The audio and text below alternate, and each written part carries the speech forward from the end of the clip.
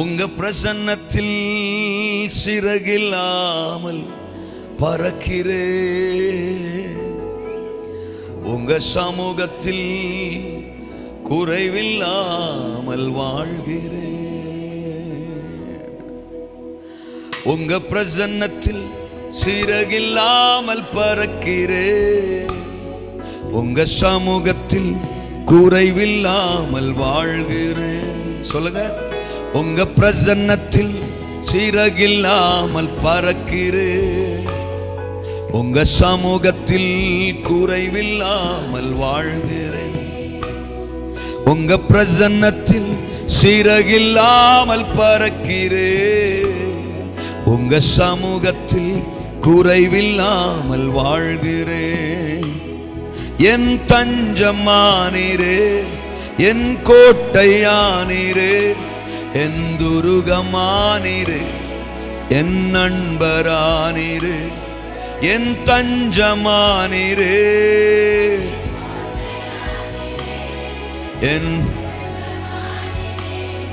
என் நண்பரானீரே. உங்க பிரசன்னத்தில் சிறகில்லாமல் பறக்கிறேன். உங்க சமூகத்தில் குறைவில்லாமல் வாழ்கிறேன். சொல்லுங்க. உங்க பிரசன்னத்தில் சிறகில்லாமல் பறக்கிறேன். உங்க சமூகத்தில் குறைவில்லாமல் வாழ்கிறேன். உதவாத என்னையே உருவாக்கும் உறவே, குறைவான என்னையே நிறைவாக்கும் நிறைவே. உதவாத என்னையே உருவாக்கும் உறவே, குறைவான என்னையே நிறைவாக்கும் நிறைவே. உங்க பிரசன்னத்தில் ஓ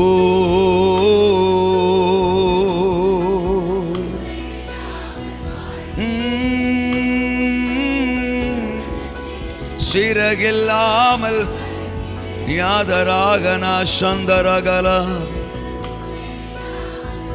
வாழ்கிறேன்.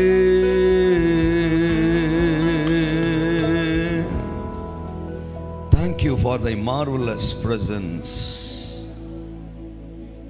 உங்க மகிமையான பிரசன்னம் எங்களை மூடி இருப்பதற்காக ஸ்தோத்திரம். அது ஒண்ணு போதும் ஆண்டவரே. உங்க பிரசன்னத்திலே வாழ்ந்திருக்கிற அந்த ஒரு பாக்கியம் போதும். எங்களோடு பேசும். உங்க சத்தம் எங்கள் உள்ளான மனுஷனை உயிர்ப்பிக்கட்டும். வார்த்தையை தடை பண்ண எத்தனைக்கும் எந்த அதிகாரத்தையும் இரட்சகர் இயேசுவின் நாமத்தில் நாங்கள் சபித்து மேற்கொள்ளுகிறோம். இயேசுவின் மூலம் கேட்கிறோம் எங்கள் நல்ல பிதாவே. எகிப்து இல்லாத ஒரு புதிய எல்லை, எதிரிகளை மேற்கொள்ளுகிற ஒரு புதிய எல்லை, எதிர்பார்ப்புகளை சுதந்தரித்துக் கொள்ளுகிற ஒரு புதிய எல்லை, அதுதான் கில்கால் என்னும் எல்லை. அந்த கில்காலுக்கு வந்தாச்சு. அந்த கில்காலுக்கு வந்தாச்சு. பஸ்காவை நினைவு கூறுங்கள், ஆசரியுங்கள், ஆசரியுங்கள். தோத்திரம். பழைய உடன்படிக்கைக்கு திரும்புங்கள், திரும்புங்கள். ஏற்கனவே தேவனோடு செய்த மறந்து போன உடன்படிக்கைக்கு திரும்புங்கள். பயணத்தை தொடருங்கள். முன்னோக்கி முன்னோக்கி முன்னோக்கி. இன்னும் துதி, இன்னும் ஜெபம், இன்னும் ஆராதனை, இன்னும் விசுவாசம், இன்னும் வேத தியானம், இன்னும் பரிசுத்தம், இன்னும் பக்தி, இன்னும் ஊழியம், இன்னும் ஆத்துமாதாயம், இன்னும் சுவிசேஷ பணி. பயணத்தை தொடருங்கள். கில்கால் வந்தாச்சு. இன்றைக்கு தேவன் நம்மோடு என்ன பேச போகிறார்? 2 சாமுவேலின் புத்தகத்துக்கு நேராக நம்முடைய வேதாகமத்தை திருப்பிக் கொள்வோம். கனத்திற்குரிய இந்த திருச்சபையின் பாஸ்டர் அவர்களுக்கும் குடும்பத்தாருக்கும் இங்கு வந்திருக்கிற போதக பிதாக்கள் ஒவ்வொருவருக்கும் தேவ பிள்ளைகளாம் உங்கள் யாவருக்கும் இரட்சகர் இயேசுவின் நாமத்தில் என் வாழ்த்துக்களை நான் தெரிவித்துக் கொள்கிறேன். 2 சாமுவேலின் புத்தகம் 7வது அதிகாரம், அதனுடைய நான் வாசிக்கிறேன் 10வது வசனம். நான் என் ஜனமாகிய இஸ்ரவேலுக்கு ஒரு இடத்தை ஏற்படுத்தி அவர்கள் தங்கள் ஸ்தானத்திலே குடியிருக்கவும், இனி அவர்கள் அலையாமலும் முன்போலும் நான் என் ஜனமாகி இஸ்ரவேலின் மேல் நியாயாதிபதிகளை கட்டளையிட்ட நாள் வரையிலே நடந்தது போலும் நியாயக்கேட்டின் மக்களால் இனி சிறுமைப்படாமலும் இருக்கும்படி அவர்களை நாட்டினேன். அவர்களை நாட்டினேன். அவர்கள் தங்கள் ஸ்தானத்தில் குடியிருக்க அவர்களை நாட்டினேன்.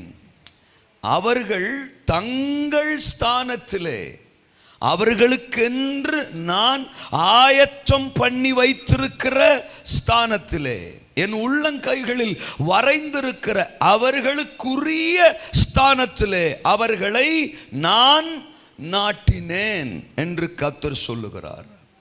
அப்படி நான் அவர்களுடைய ஸ்தானத்தில் அவர்களை நாட்டும் போது அவர்கள் இனி அலைந்து திரிவது இல்லை. நியாயக்கேட்டின் மக்களால் அவர்கள் இனி சிறுமைப்படுவது இல்லை. சிறுமைப்படுவது இல்லை, அலைந்து திரிவது இல்லை. அப்போ தேவ ஜனத்திற்கென்று ஒரு ஸ்தானத்தை தேவன் முன்குறிச்சு வச்சிருக்கிறார். நம்ம ஒவ்வொருத்தருக்கும் அவர் ஏற்படுத்தி இருக்கிற ஒரு ஸ்தானம் இருக்கிறது.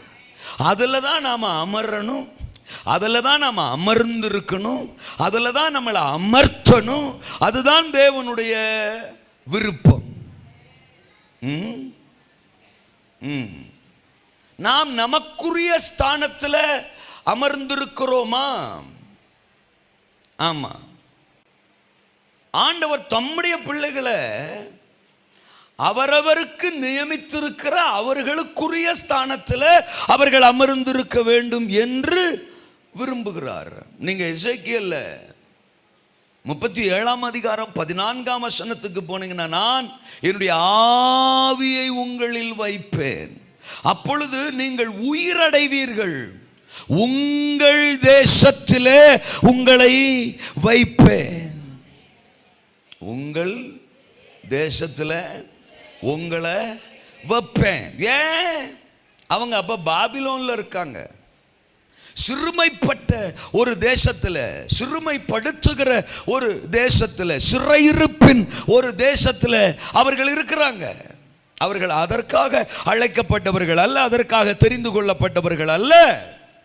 பஸ்கா ஆட்டுக்குட்டியின் ரத்தத்தின் மூலம் விடுவிக்கப்பட்டவர்கள், பாலும் தேனும் ஓடுகிற தேசத்தை வாக்குத்தத்தமாய் சுதந்தரித்துக் கொண்டவர்கள். அப்படிப்பட்ட ஜனம் இப்போ பாபிலோனில் சிறுமைப்படுத்தப்படுகிற நிலை, சிறையிருப்பின் நிலை, நுகங்களை அனுபவிக்கிற நிலை. அதனாலதான் கர்த்தர் சொல்றாரு, ஏன் சொன்னா உயிரற்ற நிலை. கர்த்தர் சொல்றார், நான் உங்களை உயிரடைய பண்ணுவேன், உங்கள் ஸ்தானத்தில் உங்கள் தேசத்தில் உங்களை நான் கொண்டு போய் வைப்பேன், நாட்டுவேன். ஆமேனா? அல்லேலூயாவா? இன்றைக்கும் இந்த மாலை நேரத்தில் தேவன் நம்மோடு என்ன பேச விரும்புகிறார்? உங்கள் ஸ்தானத்தில் உங்களை நாட்டுவேன். அதுதான் இன்றைக்கு என் பிரசங்கம். இந்த திருச்சபை 23வது வருஷத்திற்குள் பிரவேசிக்கிறது. இந்த வருஷம் இந்த திருச்சபைக்கென்று கர்த்தர் குறித்திருந்த அந்த ஸ்தானத்தில் இந்த வருஷம் இந்த ஊழியத்தை உட்கார வைக்க போறாரு. இன்றைக்கு உட்கார வைக்கிறாரு. இந்த ஊழியத்திற்குரிய ஸ்தானத்தில், தோத்திரம், இந்த ஊழியத்திற்கு தேவன் ஆயத்தம் பண்ணியிருந்த ஸ்தானத்தில், தேவன் குறித்திருந்த சிங்காசனத்தில், ஆளுகையின் ஸ்தானத்தில், தோத்திரம், அதிகாரத்தின் ஸ்தானத்தில் இந்த ஊழியத்தை அமர்த்த போகிறேன் என்று கர்த்தர் சொல்லுகிறார். இங்க வந்திருக்கிற உங்க ஒவ்வொருத்தரையும் உங்களுக்குரிய ஸ்தானங்கள்ல கர்த்தர் உட்கார வைக்க போறார். இதுவரைக்கும் நீங்க உட்கார்ந்திருந்த ஸ்தானம் எதுவோ எப்படியோ அது உங்களுக்கு தெரியும். ஒருவேளை தெரியாம கூட இருக்கலாம். கர்த்தர் சொல்றாரு, ஒருவேளை அது சிறுமையின் ஸ்தானமாக, சிறையிருப்பின் ஸ்தானமாக, வேதனை, உபத்திரவம், நெருக்கம், பாடுகள், அவமானம், நிந்தை, புழுக்கம் எப்படிப்பட்ட ஸ்தானமாக இருந்தாலும் இன்றைக்கு உங்களுக்குரிய ஸ்தானம் மாறுகிறது. கர்த்தர் குறித்திருந்த ஸ்தானத்துல உங்களை, உங்க குடும்பத்தை, உங்க ஆவிக்குரிய ஜீவியத்தை, ஊழியத்தை, தரிசனத்தை, சபையை கர்த்தர் உட்கார வைக்கிறார். உங்களுக்குரிய ஸ்தானம் உங்களுக்கு வருகிறது. இருக்கிறீங்களா? அழைக்கப்பட்ட மக்கள் தான், தெரிந்து கொள்ளப்பட்ட ஜனம்தான். ஆனால் இருக்க வேண்டிய ஸ்தானத்தில் இல்லாம பாபிலோன்ல இருந்தாங்களே, அது மாதிரி தான் இன்றைக்கும் தேவனுடைய ஜனங்கள் தேவன் அவர்களுக்கென்று ஆயத்தம் பண்ணின ஸ்தானத்தில் இல்லாம அலைந்து திரிகிற ஸ்தானம். நெருக்கம், உபத்திரவம், அடிமைத்தனம், நுகம், பாரம், துக்கம், அவமானம், நிந்தை, தோத்திரம், சிறுமைப்படுகிற நியாயக்கேட்டின் தோத்திரம், மக்களால் சிறுமைப்படுத்தப்படுகிற அப்படிப்பட்ட ஸ்தானத்தில் தான் இன்றைக்கு அநேகருடைய ஆவிக்குரிய நிலை இருக்கு. ஆனா இன்றைக்கு ஸ்தானத்தை கர்த்தர் மாற்றுகிறார். சீட்டை கர்த்தர் மாற்றுகிறார். அவர் குறித்த சிங்காசனத்தில் உட்கார வைக்கிறார். உங்களுக்குரிய ஸ்தானத்தில் உங்களை உட்கார வைக்க போறாரு. இனி உங்க சீட்டு மாற போறதில்லை, உங்க சிங்காசனம் மாற போறதில்லை, சிறுமை உங்களை தாக்க போறதில்லை. உராபா காதா நாகா தானா சிறையிருப்பு இனி உங்க வாழ்க்கையில இருக்க போறதில்லை. உங்களுக்குரிய ஸ்தானம், உங்களுக்குரிய ஸ்தானம். ஆமென். அலைந்து திரிகிற ஸ்தானம் அல்ல, ஆளுகை செய்கிற ஸ்தானம், அமர்ந்திருக்கிற ஸ்தானம், அழைக்கப்பட்ட அழைப்பிற்குரிய ஸ்தானம், அதிகாரத்தின் ஸ்தானம், ஆளுகையின் ஸ்தானம்.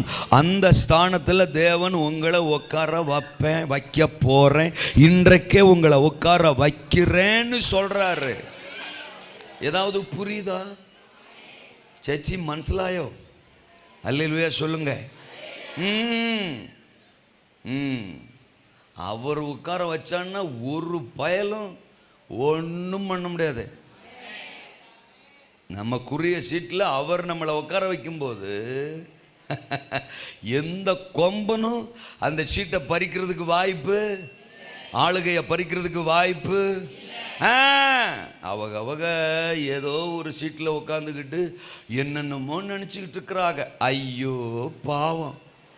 சபை அதுக்குரிய ஸ்தானத்தில் உட்கார போது கடைசி நாட்களிலே, ஏசாயா 2 தீர்க்கன் சொல்லுகிறான், கடைசி நாட்களிலே ஆலயமாகிய பர்வதம் கொடுமுடியிலே ஸ்தாபிக்கப்படும். எல்லா மலைகளுக்கும் மேலாக அது உயர்த்தப்படும். சகல ஜனங்களும் அதை நோக்கி ஓடி வருவார்கள். அங்கிருந்து வேதம், சத்தியம், வசனம், அதிகாரம், வல்லமை, மீட்பு, ரட்சிப்பு வெளிப்படும்.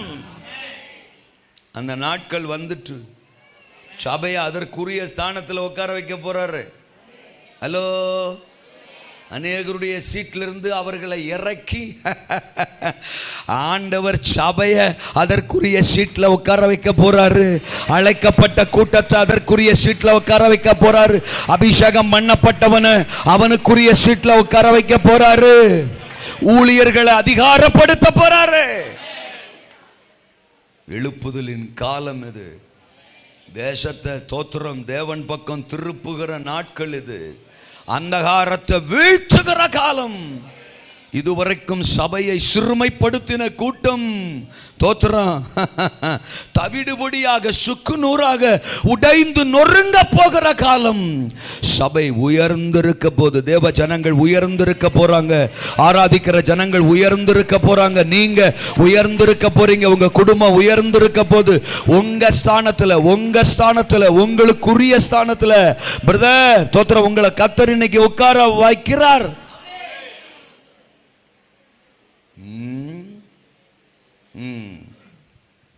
நாங்கள் இப்போ எந்த ஸ்தானத்தில் உட்காந்துருக்கிறோம்னே எங்களுக்கு தெரியல. நீங்கள் என்னமோ புதுசாக ஒரு ஸ்தானத்தை சொல்கிறீங்களே. அப்படி நீங்கள் திருன்னு திருவிழாவில் காணாமல் போன மாதிரி முழிக்கிறீங்க, எனக்கு தெரியுது. அதனால தான் இன்னைக்கு ஒரு மனுஷனை உங்களுக்கு முன்னால் கொண்டு வர போகிறேன். யோசேப்பு தோத்திரம், நமக்கு தெரிந்த ஒரு கதாபாத்திரம்.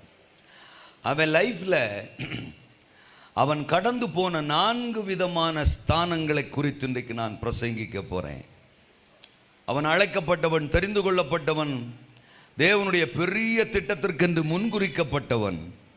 அவன் வாழ்க்கையில் 4 இடங்களில் தோத்திரம் 4 விதமான ஸ்தானங்களில் அவன் அமர்த்தப்பட்டிருந்தான். ஒவ்வொரு ஸ்தானத்திலும் அவன் வாழ்க்கையில் அனுபவங்கள் அவனுக்கு உண்டானது. அது என்ன அனுபவங்கள்? எதை நிரந்தரமாக யோசேப்புக்கென்று கர்த்தர் குறித்திருந்தார்? தேவன் யோசேப்புக்கென்று குறித்திருந்த ஸ்தானம் எது? அதில் யோசேப்பு அமர்ந்தாரா? எப்படி அவர் அமர்த்தப்பட்டார் என்று அந்த 4 ஸ்தானங்களை உங்களுக்கு முன்பாக வைத்து நான் பிரசங்கிக்க போகிறேன். இன்றைக்கும் நாமும் நம்மில் சிலர் தோத்திரம், நம்மில் பலர் தோத்திரம் அந்த 4 ஸ்தானத்தில் ஏதோ ஒரு ஸ்தானத்தில் இன்றைக்கு நம்ம உட்கார்ந்துருக்கலாம். கர்த்தர் இன்றைக்கு அதை உடைச்சு அதை மாற்றி அவர் குறித்திருக்கிற ஸ்தானத்தில் நம்மளை உட்கார வைக்க போறாரு. அவர் பிளான் பண்ணி இருக்கிற சீட்டில் சிங்காசனத்தில் நம்மளை அமர்த்த போறாரு. ஆமென். ஓகே, இப்போ யோசேப்பின் வாழ்க்கைக்கு நாம் வருவோம். முதல்ல அந்த வசனங்கள் எல்லாம் நான் வாசித்துறேன். ஆதியாமத்தின் புத்தகம் 37வது அதிகாரத்திற்கு நாம் வந்தா முதல் ஸ்தானத்தை நான் சொல்ல விரும்புகிறேன். 2-3 வசனங்கள். யாக்கோபுடைய சந்ததியின் வரலாறு. யோசேப்பு 17 வயதில் தன் சகோதரருடனே ஆடுகளை மேய்த்து கொண்டிருந்தான். அந்த இளைஞன் பில்காள் சில்பாள் என்னும் தன் தகப்பனுடைய மறுமனையாட்டிகளின் குமாரரோட இருந்து அவர்களுடைய துன்மார்க்கத்தை தன் தகப்பனுக்கு சொல்லி வருவான். இஸ்ரவேலின் முதிர் வயதிலே யோசேப்பு தனக்கு பிறந்ததினால் இஸ்ரவேல் தன் குமாரர் எல்லாரிலும் அவனை அதிகமாய் நேசித்து அவனுக்கு பலவர்ணமான அங்கியை செய்வித்தான். தகப்பனுடைய வீட்டில், அப்பா வீட்டில் எல்லாருக்கும் நடுவில் அவனுக்கென்று ஒரு ஸ்தானம் தேவன் தந்திருந்தார். ஆமென் சொல்லுங்க. மற்ற சகோதரர்களுக்கு கிடைக்காத ஒரு ஸ்தானம். தன் தகப்பனுடைய நேசத்திற்குரியவன். அவங்க அப்பா தன் குமாரர் எல்லாரிலும் யோசேப்பை அதிகமாய் நேசித்தாராம். தோத்திரம். யாக்கோபின் மடியில அமர்ந்திருக்கிற ஒரு பாக்கியம். தோத்திரம். தகப்பனுடைய அன்புக்குரியவன்.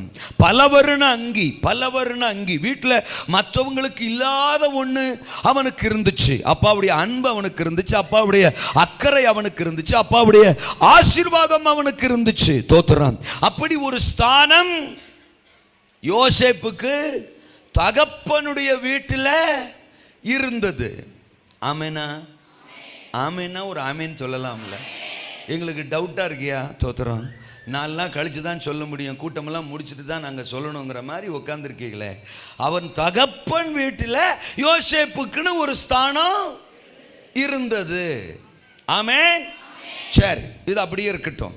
2வது பகுதிக்கு நாம் வசனத்துக்கு போயிடலாம். 39வது அதிகாரத்துக்கு வருவோம். 1லிருந்து படிக்கிறேன். யோசேப்பு எகிப்துக்கு கொண்டு போகப்பட்டான். பார்வோனுடைய பிரதானியும் தலையாரிகளுக்கு அதிபதியாகிய போத்திபார் என்னும் எகிப்து தேசத்தான் அவனை அவ்விடத்திற்கு கொண்டு வந்த இஸ்மவேலரிடத்தில் விலைக்கு வாங்கினான். கர்த்தர் யோசேப்போடே இருந்தார். அவன் காரிய சித்தி உள்ளவனானான்.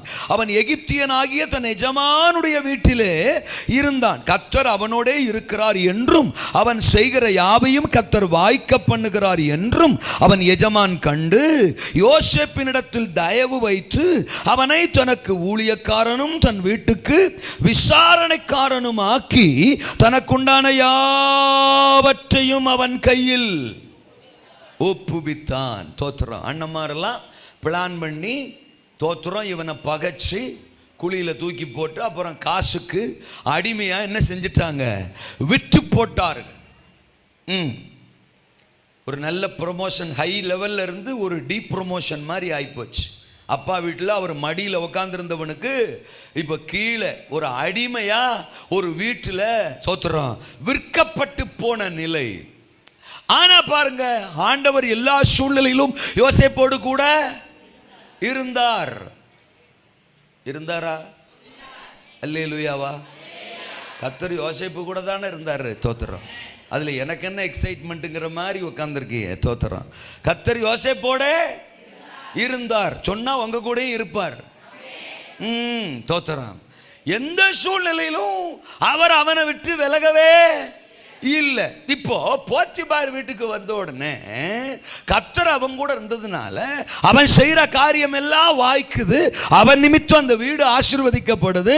அதை அந்த எஜமான் பார்த்த உடனே, நீ இனிமேல் அடிமையா இருக்க வேணாம், இந்த வீட்டில் நான் உன்னை அதிபதியா, உன்னை அதிகாரியா, ஒரு தலைமைத்துவத்தில் ஒரு பொறுப்புள்ளவனா உயர்த்துகிறேன் என்று போத்திபார் வீட்டில் யோசேப்புக்கு ஒரு ஸ்தானம் கொடுக்கப்பட்டது. ஹலோ, அப்பா வீட்டில் இருக்கும்போது ஒரு சந்தோஷம். ஆடாடாடா, அண்ணன்மார் நம்மளை சுற்றி இருந்தாலும் நமக்கு ஒரு ஸ்தானம் இந்த வீட்டில் என்ன செய்யப்பட்டிருக்கு, கொடுக்கப்பட்டிருக்கு அப்படின்னு சந்தோஷமாக இருந்திருப்பான். சாகிற வரைக்கும் இப்படி தான் நம்ம வண்டி போகும் போல அப்படின்னு கூட யோசேப்பு என்ன செஞ்சுருக்கலாம், நினச்சிருந்துருக்கலாம். அப்பா வீட்டில் எப்போதும் சந்தோஷமே, ஆடலும் பாடலும் இங்கு தானே. அப்பப்போ அவர் முகத்தை பார்த்துக்கலாம், பக்கத்தில் போகலாம், மடியில் உட்காந்துக்கலாம். தோத்திரம்.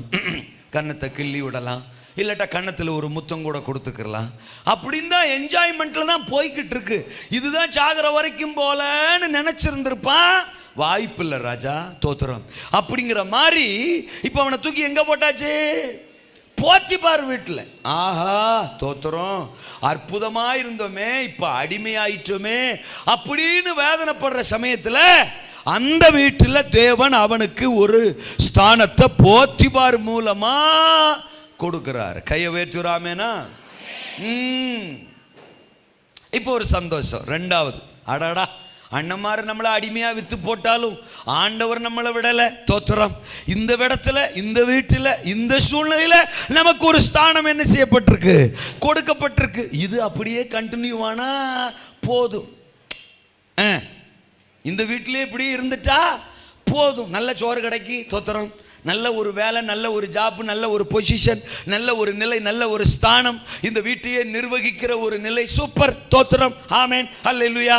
அப்படிங்கிற ஒரு சுய திருப்தி யோசேப்புக்கு என்ன செஞ்சிருந்திருக்கலாம், இருந்திருக்கலாம். இருக்கீங்களா? நீங்க இருக்கீங்களா? சரி, அதான் ரொம்ப முக்கியம். ரெண்டாவது ஒரு ஸ்தானம். ஆனா அங்க ஒரு பேய், அந்த வீட்டில் ஒரு பேய், கிழவி ரூபத்தில் ஒரு பேய். அது போத்திபாரு மனைவி. சரி, அங்க ஒரு சிக்கல் ஏற்படுது, அங்க ஒரு பிரச்சனை ஏற்படுது. பின்னால வருவோம். அல்லையா? சொல்லுங்க அப்பா. பின்னால வருவோம். இப்போ என்ன நடக்கு? தோத்திரம். அந்த பிரச்சனை நிமித்தம் வாசிப்போமே ஆதியாகமத்தின் புத்தகம். நானே படிக்கிறேன். 40வது 39 20ஆம் வசனத்திலிருந்து படிக்கிறேன். யோசேப்பின் எஜமான் அவனை பிடித்து ராஜாவின் கட்டளையால் காவலில் வைக்கப்பட்டவர்கள் இருக்கும் சிறைச்சாலையிலே அவனை ஒப்புவித்தான்.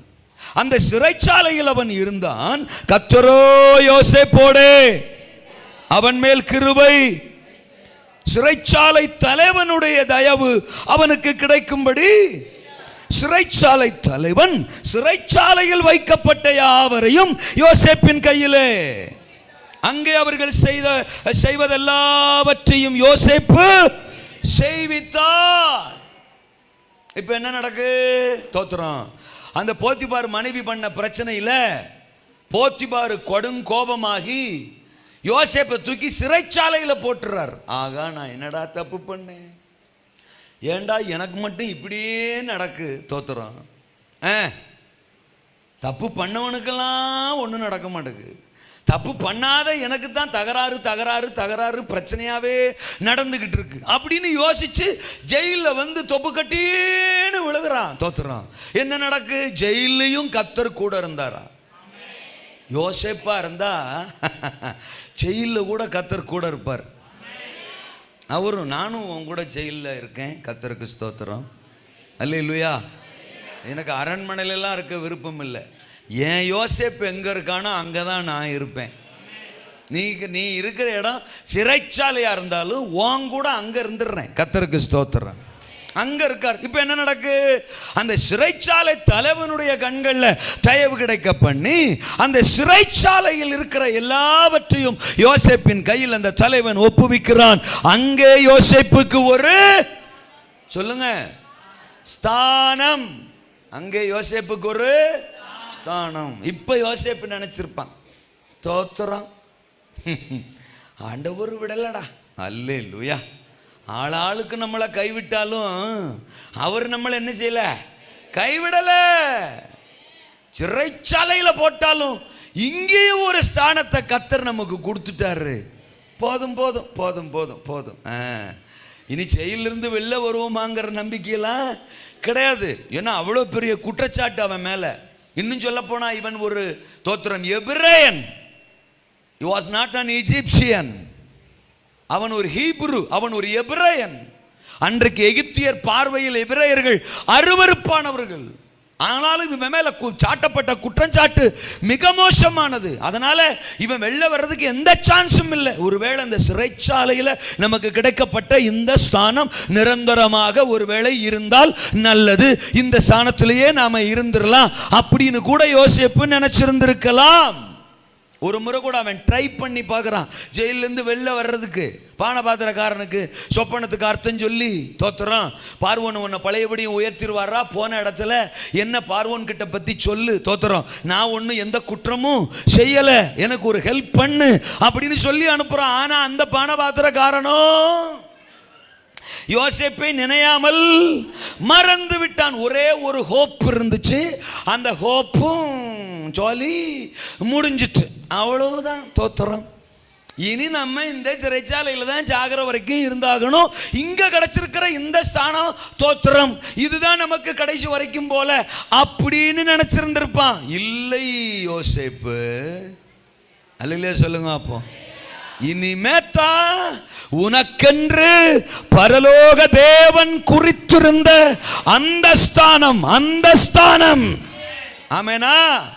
41ஆம் அதிகாரம் தோத்திரம் நான் வாசிக்கிறேன். தோத்திரம் 38 படிக்கிறேன். அப்பொழுது பார்வோன் தன் ஊழியக்காரரை நோக்கி, தேவ ஆவியை பெற்ற இந்த மனுஷனை போல வேறொருவன். பின்பு பார்வோன் யோசேப்பை நோக்கி, தேவன் இவை எல்லாவற்றையும் உனக்கு வெளிப்படுத்தி இருக்கிறபடியால் உன்னை போல விவேகமும் ஞானமும் உள்ளவன் வேறொருவனும் நீ என் அரமனைக்கு அதிகாரியாயிருப்பாய். உன் வாக்கின்படியே என் ஜனங்கள் எல்லாரும் அடங்கி நடக்க கடவர்கள். சிங்காசனத்தில் மாத்திரம் உன்னிலும் நான் பெரியவனாயிருப்பேன் என்றான். அல்லேலூயா சொல்லுங்க. அப்போ எகிப்து தேசம் முழுமைக்கும் யோசேப்பை பார்வோன் அதிகாரியாக்கினான். அடுத்து நடக்கிறது என்ன? தோத்திரம். தேசத்துல மகா பெரிய விளைச்சலின் காலம். 7 வருஷம் தானியத்தை பண்டகசாலையெல்லாம் சேர்த்து வைக்கிறான். அடுத்து நடக்கிறது என்ன? மகா பெரிய பஞ்சம். தானியம் கொள்ள எல்லாரும் யோசேப்பு கிட்ட வர்றாங்க. கடைசியில சகல தேசத்திலும் பஞ்சம். 42:6 சொல்லுது, அவன் ஏற்கனவே 17 வயசுல சொப்பனம் பார்த்த மாதிரியே, அந்த சொப்பனம் நிறைவேறுகிற மாதிரியே அவன் சகோதரர்கள் தானியம் கொள்ளும்படி யோசேப்புக்கு முன்னால வந்து முகம் குப்புற விழுந்து அவனை வணங்கினார்கள். இப்பதான் யோசேப்புக்கு தெரியுது, இதுக்கு முன்னால நான் உட்கார்ந்து இருந்ததல்ல எனக்குரிய ஸ்தானம் அல்ல, இதுதான் எனக்காக பரலோகத்தின் தேவன் நியமித்திருந்த அந்த மகிமையான ஒப்பற்ற ஸ்தானம். அந்த ஸ்தானத்துல என்ன உட்கார வச்சிட்டார். ஆமென். அல்லேலூயா. 4 இடத்திலும் அவனுக்கு 4 தோத்திரம் ஸ்தானங்கள் கொடுக்கப்பட்டது. ஆனால் பரலோகம் அவனுக்கு குறித்திருந்த ஸ்தானம். அவனுக்கு சொல்லப்பட்ட வார்த்தைகள் நிறைவேறும்படி தோத்திரம், சகல தேசங்களுக்கும் அவன் பயன்படும்படி, ஆசீர்வாதமாயிருக்கும்படி, ஒரு மகா பெரிய பயன்பாட்டுக்கு காரணம் உள்ளவனாயிருக்கும்படி கர்த்தர் யோசேப்புக்கு குறித்திருந்த சிங்காசனத்தில் அவனை அமர பண்ணினார். இன்றைக்கும் இரவு நேரத்தில் தேவ சமூகத்தில் வந்திருக்கிற உங்களை பார்த்து சொல்லுகிறார், இன்றைக்கு நீயும் ஒரு ஸ்தானத்தில் அமர்ந்திருக்கலாம். ஆனால் ஒருவேளை இதுதானோ எனக்கு நிரந்தரம், இதுதானோ எனக்கு நிரந்தரம் என்று நீ நினைக்கலாம். சோத்திரம். இல்லை இல்லை, இந்த இரவு நான் உனக்கு சொல்லுகிறேன், உனக்காக பரலோகம் குறித்திருக்கிற அந்த ஸ்தானம் இந்த இரவு தான் வருகிறது. அந்த ஸ்தானத்துல நான் உன்னை அமர பண்ண போகிறேன். இதுவரைக்கும் நீ அனுபவித்த அனுபவங்கள், வேதனைகள் எல்லாவற்றுக்கும் முற்றுப்புள்ளி வச்சு ஆயிரங்களுக்கு, லட்சங்களுக்கு, தேசத்துக்கு, அதிகாரிகளுக்கு, ராஜாக்களுக்கு நீ பயன்படுகிற உன்னால் தேசம் ஆசீர்வதிக்கப்படுகிற, உன்னால் ராஜாக்கள் ஆசீர்வதிக்கப்படுகிற ஒரு எழுப்புதலுக்குரிய ஸ்தானத்தில் உன்னை அமர பண்ணுகிறேன். ஆமெனா? ஓ, பிரைஸ் காட். இப்ப நான் அந்த ஒவ்வொரு ஸ்தானத்துக்கும் அந்த ஸ்தானத்திற்குரிய அனுபவத்திற்கான அந்த பதத்தை, அந்த பெயரை சொல்ல போகிறேன், அந்த அனுபவத்தை சொல்ல போகிறேன். தோத்திரம். இன்னைக்கு நமக்கும் அப்படிப்பட்ட அனுபவங்கள் தான் நம்முடைய ஆவிக்குரிய வாழ்க்கையில் இருக்கு. ஆனா கர்த்தர் இந்த இரவு அவைகள் எல்லாவற்றையும் மாற்றி நமக்குரிய ஸ்தானத்துல நம்மளை அமர்த்த போறார். முதல் சிங்காசனம், முதல் ஸ்தானம், யோசேப்புக்கான முதல் ஸ்தானம், பகையும் பாடுகளும் நிறைந்த ஸ்தானம். சொல்லுங்க அந்த வார்த்தைய எல்லாருமா சொன்னீங்க. நீங்க சொல்லாம அடுத்த பாயிண்ட்டுக்கு நான் போறதா இல்லை. தோத்தரா நீயா நானா பார்த்துடலாம். தோத்துறோம். நீங்களா நானா சொல்லணும். தோத்துறோம். பகையும் பாடுகளும் நிறைந்த ஸ்தானம், அதான் முதல் ஸ்தானம். சரியா? ரெண்டாவது பாவமும் பழிச்சொல்லும் நிறைந்த ஸ்தானம். சொல்லுங்க அந்த வார்த்தைய. பழிச்சொல்லும் நிறைந்த ஸ்தானம். Very good. மூன்றாவது பட்ட பிரயாசத்திற்கான பலனை பார்க்காத ஸ்தானம். சொல்லுங்க அந்த வார்த்தைய. பட்ட பிரயாசத்தின் பலனை பார்க்காத ஸ்தானம், அதுதான் மூன்றாவது ஸ்தானம். அல்லேலூயா சொல்லுங்க. நான்காவது பரலோகம் குறித்திருந்த பயன்படுகிற ஸ்தானம். சொல்லுங்க அந்த வார்த்தைய. பரலோகம் குறித்திருந்த பயன்படுகிற ஸ்தானம். அல்லேலூயா. ஓகே, இப்போ நம்ம ஒன் பை ஒன்னா பார்க்க போறோம். முதல்ல யோசேப்புக்கு ஒரு ஸ்தானம் தகப்பன் வீட்டில் 37ஆம் அதிகாரத்தில் நம்ம வாசிச்சோம். நல்ல ஸ்தானம் தான். அவங்க அப்பா அவனை நேசிக்கிறாரு. அவரை சுத்தி சுத்தி சுத்தி சுத்தி சுத்தி சுத்தி வருகிற ஒரு அனுபவம். சகோதரர்களுக்கும் இவனுக்கும் ஒரு வித்தியாசம். அவர்களுக்கெல்லாம் அந்த அங்கி இல்லை, பலவர்ண அங்கி. ஆனா யோசேப்புக்கு அந்த பலவர்ண அங்கிய கர்த்தர் தகப்பன் என்ன செஞ்சிருந்தாரு? கொடுத்திருந்தாரு. நல்ல ஒரு ஸ்தானம் தான். ஆனா வசனம் சொல்லுது 37ஆம் வசனம் அதிகாரத்தில் 4ஆம் வசனம், அவனுடைய சகோதரர் எல்லாரிலும் அவனை தங்கள் தகப்பன் அதிகமாய் நேசிக்கிறதை அவன் சகோதரர் கண்ட போது அவனுடைய பட்சமாய் பேசாமல் அவனை. யோசேப்பு ஒரு சொப்பனம் கண்டு அதை தன் சகோதரருக்கு அறிவித்தான்.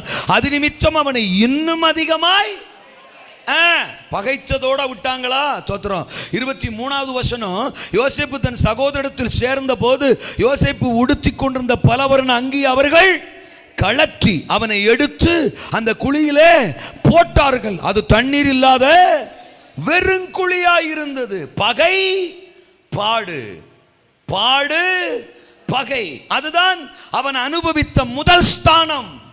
இன்னைக்கு நம்முடைய வாழ்க்கையில கூட கர்த்தருக்கு ஸ்தோத்திரம். ஒரு பக்கம் கர்த்தர் நம்முடைய ஜெபத்தை கேட்கிறாரு, ஒரு பக்கம் அவருடைய பிரசன்னத்தை அனுபவிக்கிறோம், மடியில உட்கார்றோம், அவர் சத்தம் கேட்கிறோம், மற்றவங்களை விட கர்த்தர் நம்மளை ஆசீர்வதிக்கிறத உணர்றோம், தேவ பிரசன்னத்தை உணர்றோம், அன்பை உணர்றோம், எல்லாம் சந்தோஷம். ஆனா இவைகளுக்கு நடுவுல தோத்திரம் மற்றவர்களால பகைக்கப்படுகிற அனுபவமும் நமக்கு இருக்கு, பாடுகளின் அனுபவமும் இருக்கு. ஆமேனா? வெளியில போக வேணாம். சொந்த சகோதரர்களே யோசேப்பு என்ன செய்தார்களா? பகைத்தார்கள். என்ன அவன் மேல பலவர்ண அங்கி. நம்மளை பகைக்கிற கூட்டம் வெளியில என்ன சொல்றது? ரெண்டாவது உள்ளே இருக்கு. தோத்துறோம். ஒருவேளை இப்போ அவங்க நம்ம பக்கத்திலே கூட உட்காந்துருக்கலாம்.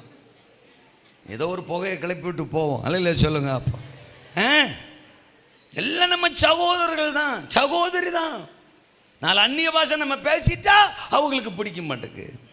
ஆவியில நிரம்பிட்டா அவங்களுக்கு பிடிக்க மாட்டேங்குது. ஒரு சாட்சி சொல்லிட்டா அவங்களுக்கு பிடிக்க மாட்டேங்குது. தோத்துறா. பகை, பொறாமை, எரிச்சல், கசப்பு.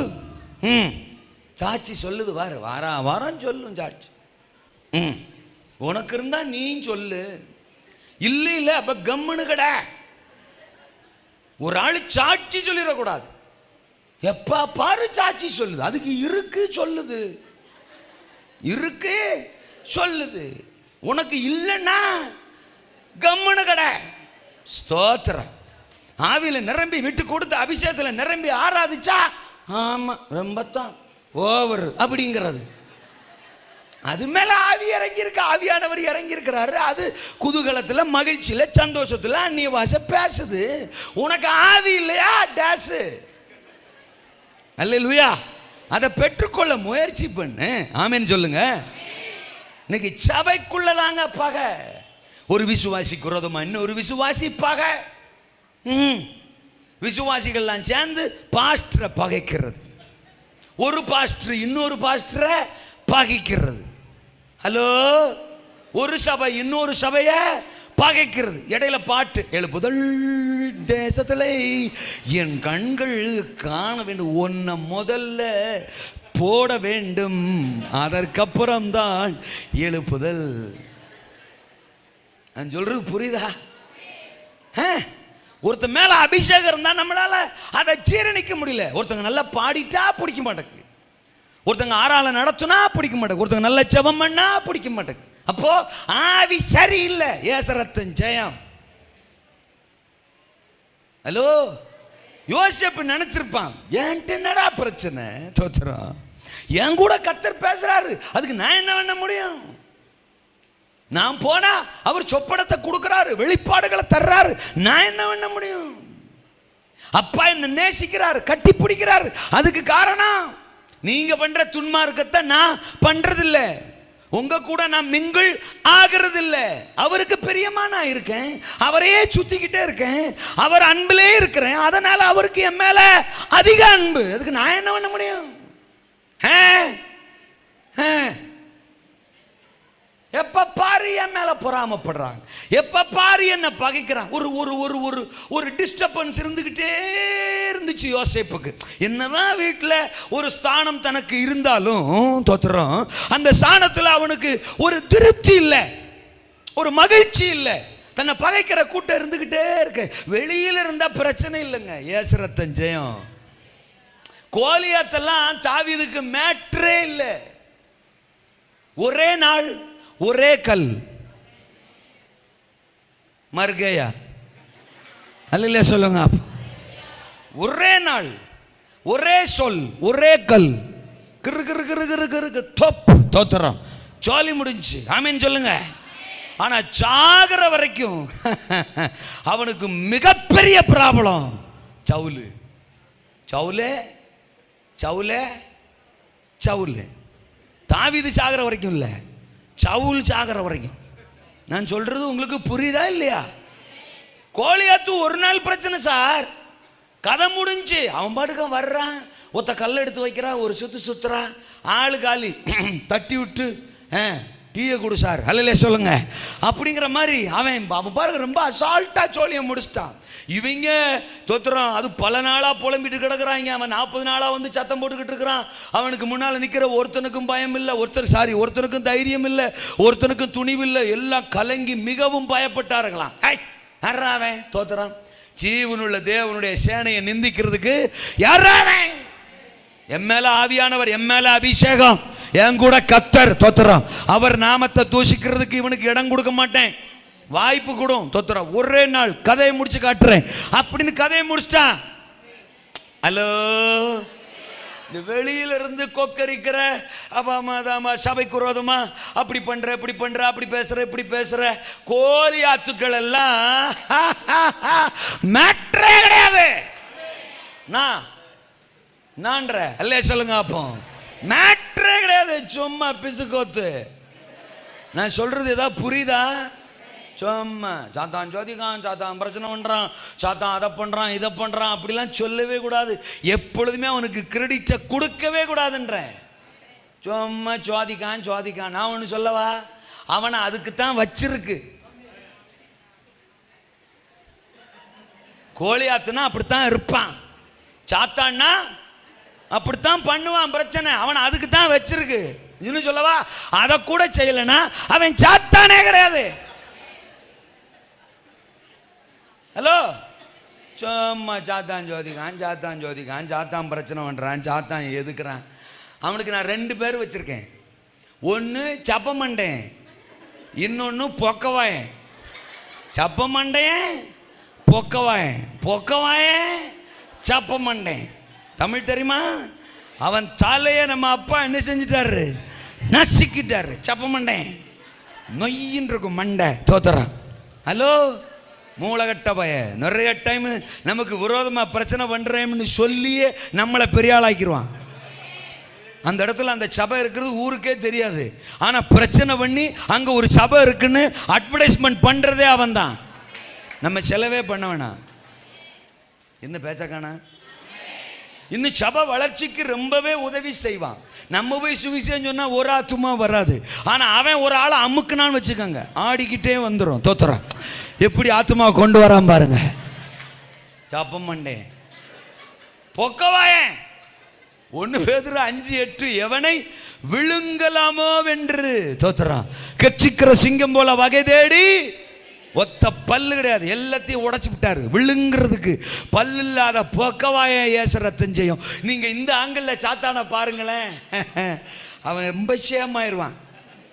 என்னடா நம்மள பொக்கவாயன்றான், சப்பமண்டன்றான், தோத்துறான் அப்படின்னு. நான் சொல்றது புரியுதா? ஐயோ சாத்தான் ஜோதிகான் ஜோதிகான் பிரச்சனை பண்ணுறான், அப்படியா அப்படியா. இந்த சவுலு இஸ்ரவேலர் எல்லாரும் அப்படித்தான் 1 சாமுவேல் 17 பேசிட்டு இருந்தான். அவன் ரொம்ப உயரமாக இருக்கான், பக்கவாட்டில் விரிஞ்சிருக்கான், ஆள் பயங்கர பாடி பில்டராக இருக்கான். அவன் இத்தனை முளை உயரம், இத்தனை சாணம் அகலம். ஐயோ அவங்க கூட எல்லாம் சண்டைக்கு போக முடியாது, நிற்க முடியாது. ஆச்சா ஓச்சா. இவன் வந்தான். யாரு? தாவீது. ஒரு முறை சிங்கம் வந்துச்சு, போட்டேன். ஆடு மேய்ச்சிக்கிட்டு போய் இன்னொரு முறை கரடி வந்துச்சு, போட்டேன். அந்த சிங்கத்தை போட அந்த கரடியை போட தேவன் தான் என்னை பலப்படுத்தினாரு. நான் ஒன்று என் பலத்தில் செய்யலை. தோத்துறோம். அப்படின்னா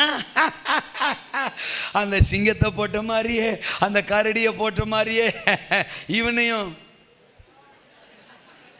போட்டுருவேன். ஏன்னா என்னை பலப்படுத்தின கர்த்தர் இவனை போடுறதுக்கும் இவனையும் என் கரத்துல ஒப்பு வைப்பார். நான் ஆராதிக்கிற கர்த்தரோட கம்பேர் பண்ணும்போது இந்த சப்பமண்டையன் ஒண்ணுமே கிடையாது, இந்த கோலியாத்து ஒண்ணுமே கிடையாது. பிரச்சனை என்னன்னா, தாவீதுக்கு சவுல் தான் பிரச்சனை. இன்னைக்கு ஒண்ணு சொல்றேன் கேட்டுக்கங்க, சாத்தான் நம்மளத்தான் தோத்துறான். ஒருத்தருக்கு விரோதமா ஒருத்தர் எழும்பி தோத்துறான். தனக்கு தானே பிரிந்திருக்கிற ராஜ்யம் நிலைத்திருக்காது. சாத்தானுக்கு நல்லா தெரிஞ்சு போச்சு. அதனாலதான் அவன் நமக்கு விரோதமா போராடுறதை விட நம்மளையே ஒருத்தருக்கு விரோதமா ஒருத்தர் போராடுறதுக்கு எழுப்பி விட்டா. ஹலோ, சொல்றது புரியுதா? சோஸ்திரம். பகை மாமியா மருமக சொல்லவே வேணாம், ரெண்டும் சேரவே சேராது. என்னைக்கு தான் சேரப்போகுதுன்னு தெரியல. ஆனா ஆவியில நிரம்ப சொல்லு, மாமியா ஓ மருமக பாப்பா நீ இப்படியா, இதுக்குன்னே பாரு. நானு பெரிய பெரிய பெரிய பெரிய மாமியா ஜன்னல் கதவை இழுத்தா மருமக கேட்டே இழுத்துட்டு இருக்கும். அபிஷேகத்தில் சக்க போக்க சக்க போக்க சக்க. உன்னை விட நான் ஆவியில பயங்கரமா நிரம்புறனாக்கும். போட்டி, பொறாமை, கசப்பு, விரோதம், பகை, எரிச்சல். ஏசுவின் கோடம்பம் பண்ற பண்டு. இங்க பாட்டு அன்பு நிறைந்து இடம் உண்டு. ஆனா வீட்டுல இருந்து வரும்போதே புருஷனை 2 இழுப்பு இழுத்துட்டு தான் வந்திருக்கும். ஆனா இங்க பாட்டு இயேசுவின் கோடம்பம் கோபம் இல்லை அங்கே சாபம் இல்லை. புருஷன் எட்டி பார்ப்பாரு, கண்ணத்தை தடவிக்கிட்ட. நான் சொல்றது புரியுதா? வீட்டில் டிஷும் டிஷும் சண்டை, இங்க பாட்டு மட்டும் புழுகாண்டி, எல்லாம் புழுகாண்டி, வாயிலிருந்து பாடுறதெல்லாம் புழுவு, பொய், தோத்துறான். ஹலோ, இப்ப யோசேப்பு நினைச்சிருப்பான், என்னதான் இந்த ஸ்தானம் எனக்கு இருந்தாலும் என்னை சுத்தி ஒரே பகை, விரோதம், பாடுகள், உபத்திரவம். ஆமென் சொல்லுங்க. குழியில தூக்கி போடுறான், அண்ணேன்னு கத்தி இருப்பான், கதறி இருப்பான், காதுல வாங்காத மாதிரியே இருக்கான். கடைசியில காசுக்கு இன்னொரு தேசத்துக்கு அடிமையா அவனை வித்துட்டாங்க, தோத்துறான். பகை நிறைந்த ஒரு சூழ்நிலை, பாடுகள் நிறைந்த ஒரு சூழ்நிலை. என்னதான் தகப்பன் வீட்டில் அவன் ஒரு ஸ்தானத்தில் இருந்தாலும் தன்னை சுற்றிலும் பகைக்கிற கூட்டம், தன்னை சுற்றிலும் தன்னை பாடுகளால் உபத்திரவப்படுத்துகிற கூட்டம். ஆண்டவர் மனசுல யோசித்திருப்பாரு, யோசேப்பு, நீ நினைக்கிற இந்த ஸ்தானம் அல்ல உனக்குரிய ஸ்தானம், தோத்துறோம். பகை சூழ்ந்த ஸ்தானம் அல்ல, பாடுகள் நிறைந்த ஸ்தானம் அல்ல, ஒரு மகிமையான ஸ்தானம், உனக்கான ஸ்தானம் உனக்கு காத்திருக்கிற. அந்த ஸ்தானத்துல உன்னை அமர்த்த போறேன். இன்னைக்கு உன்னை பகைக்கிறவன் நாளைக்கு உன் பாதத்துல வந்து விழுவான். இன்னைக்கு உன்னை பாடுகளுக்குள்ள உபத்திரவத்துக்குள்ள தள்ளுறவன் நாளைக்கு உனக்கு முன்னால நீதான் எனக்கு தானியம் கொடுக்கணும்னு கையேந்தி நிப்பா. அப்படி ஒரு சூழ்நிலையில நான் உன்னை உயர்த்த போறேன். இன்றைக்கு நான் தீர்க்க தரிசனமா சொல்றேன், சபைய பாடுகளுக்குள்ள உட்படுத்துகிற ஒரு கூட்டம் இன்னைக்கு தேசத்துல பெருகி இருக்கு. சபைய பகைக்கிற கூட்டம் இன்னைக்கு தேசத்துல பெருகி இருக்கு. கர்த்தர் சொல்றார், சபைக்குரிய ஸ்தானத்துல சபையை நான் உட்கார வைக்க போறேன். சபைய பகைக்கிற கூட்டம் சபைக்கு முன்னால தாழ வந்து விழும். சபையை உபத்திரவப்படுத்துகிற கூட்டம் சபைக்கு முன்னால முகங்குப்புற விழும். சபையின் நடுவில் எழுந்தெழி இருக்கிற இயேசுவின் நாமத்துக்கு முன்னால பகைக்கிறவர்கள், பாடுகளை உபத்திரவங்களை கொடுக்கிறவர்கள், சுவிசேஷத்திற்கு எதிரானவர்கள், ஊழியத்திற்கு எதிரானவர்கள், தேவ நாமத்தை பகைக்கிறவர்கள், தேவ ஜனத்தை பகைக்கிறவர்கள் தங்கள் முழங்காலை முடக்கி சபைக்கு முன்னாலே முகங்குப்புற விழுந்து கர்த்தரே தெய்வம், கர்த்தரே தெய்வம் என்று ஆராதிக்கிற நாள், உயர்த்துகிற நாள் வருகிறது. உனக்குரிய ஸ்தானத்தில் உன்னை அமர பண்ண போறேன். ஆமே, உன்னை பகைக்கிற கூட்டம், உன்னை பாடுகளுக்குள்ள உபத்திரவத்துக்குள்ள தள்ளுகிற கூட்டம், உன்னோடு தேவன் இருக்கிறார். நீதான் இனி எங்களுக்கு ஆசீர்வாதம், நீ இல்லாமல் தேசத்துல இனி ஆசீர்வாதத்துக்கு சாத்தியம் இல்லை என்று சொல்லுகிற நாள் வந்துட்டு இந்த சபைக்கு விரோதமானவர்களை கர்த்தர் இந்த சபையில கொண்டு வந்து நிறுத்த போறார். பகச்ச கூட்டங்களை பக்கத்துல நிறுத்தி நம்மளோட சேர்ந்து கர்த்தரை ஆராதிக்கிற மக்களா மாத்த போறார். ரீபா லாகா தானா ஹந்த ராபானா. ஆமென். யோசேப்பு அதற்கு செஞ்ச காரியம், தோத்திரம். ஆமா, ஆண்டவர் சொல்றாரு, பகையும் பாடுகளும் நிறைந்த ஸ்தானமா விட்டு விடாதிருங்கள். சொல்லுங்க அந்த வார்த்தைய. பகைதான், பாடுதான், ஆனா கர்த்தரையோ, கர்த்தருடைய வார்த்தையோ, ஆலயத்தையோ, ஆராதனையோ, கர்த்தர் மேல வச்சிருக்கிற வைராக்கியத்தையோ விட்டு விடாதே, விட்டு விடாதே. உனக்குரிய ஸ்தானம் உனக்கு வருகிறது, உனக்குரிய ஸ்தானம் உனக்கு. 39 தோத்திரம்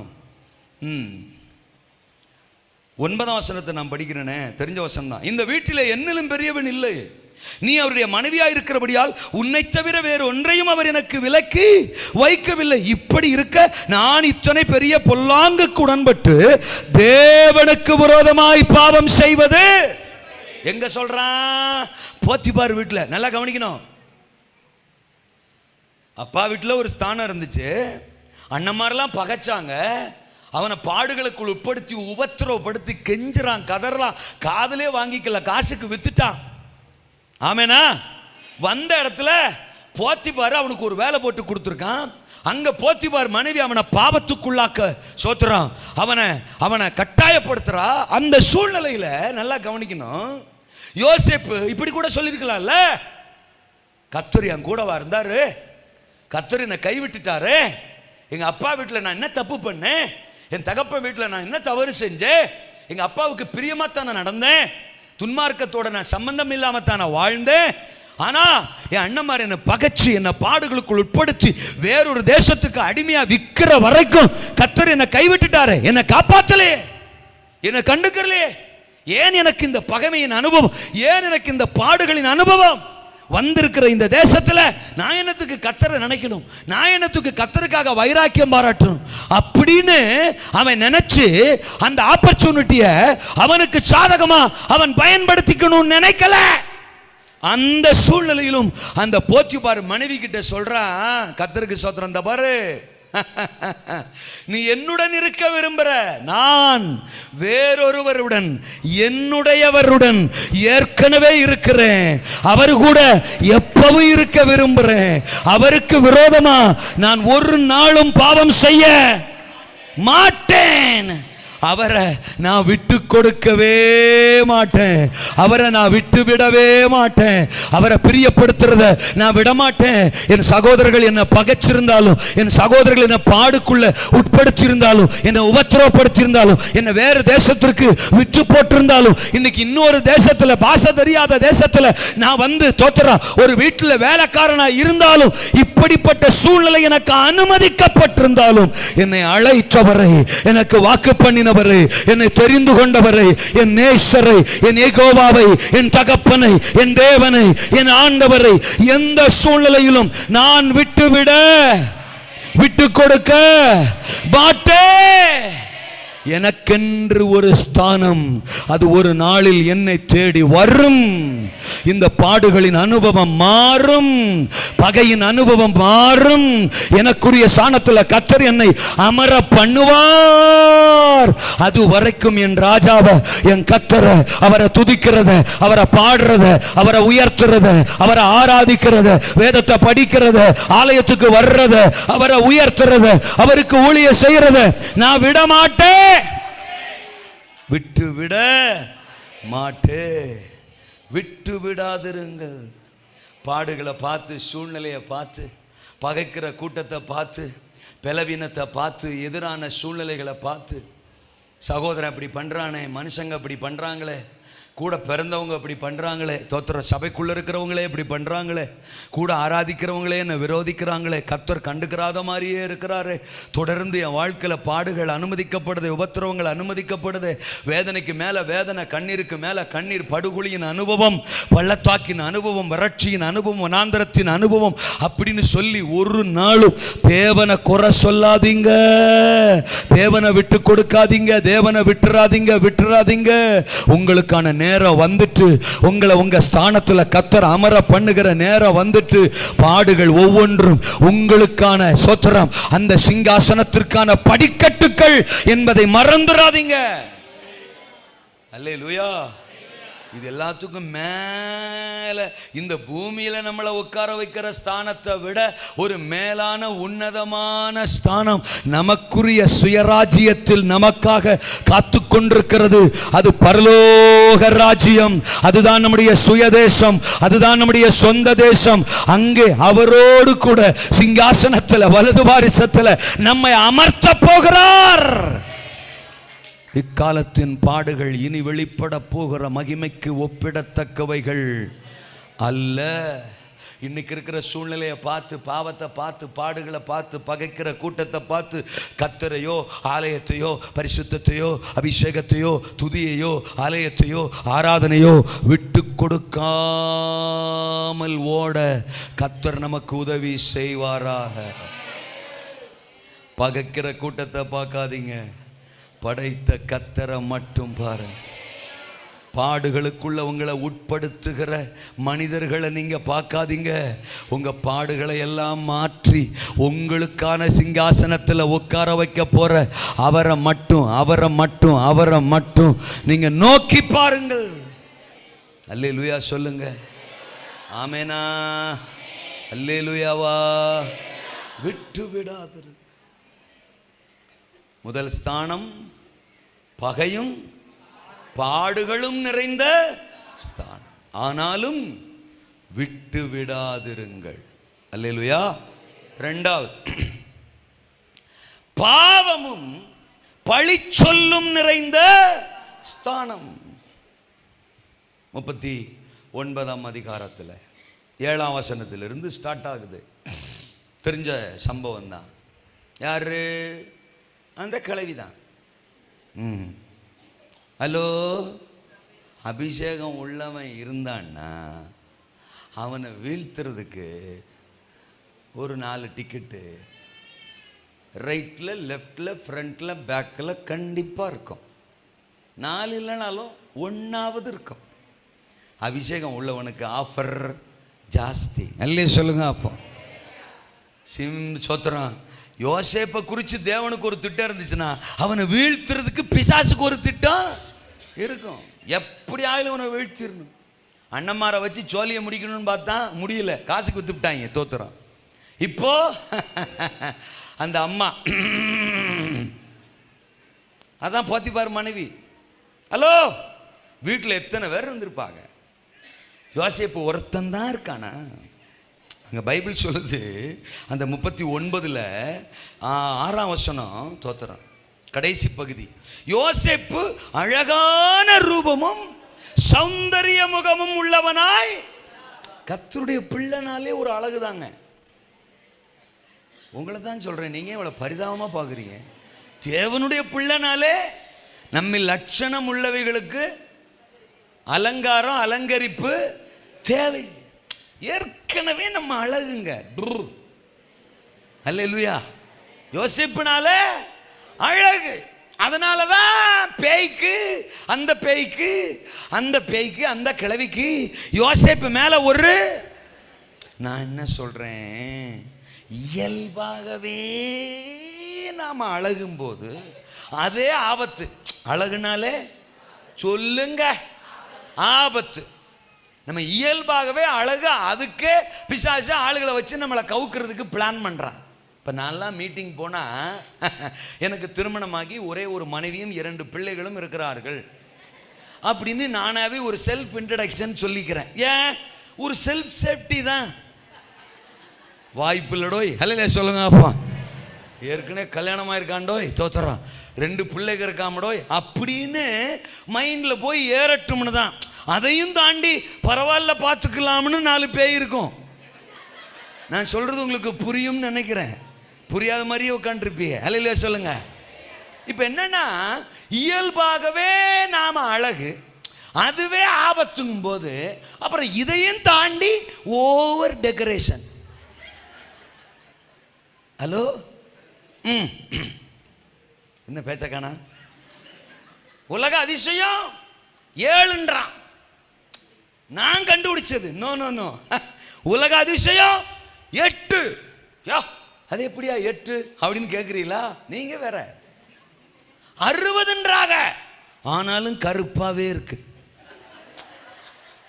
சிலர்லாம் 70, 75 சொல்றாங்க, ஆனாலும் நானும் பக்கத்தில் போய் உச்சு பார்க்கறது தேடியும்.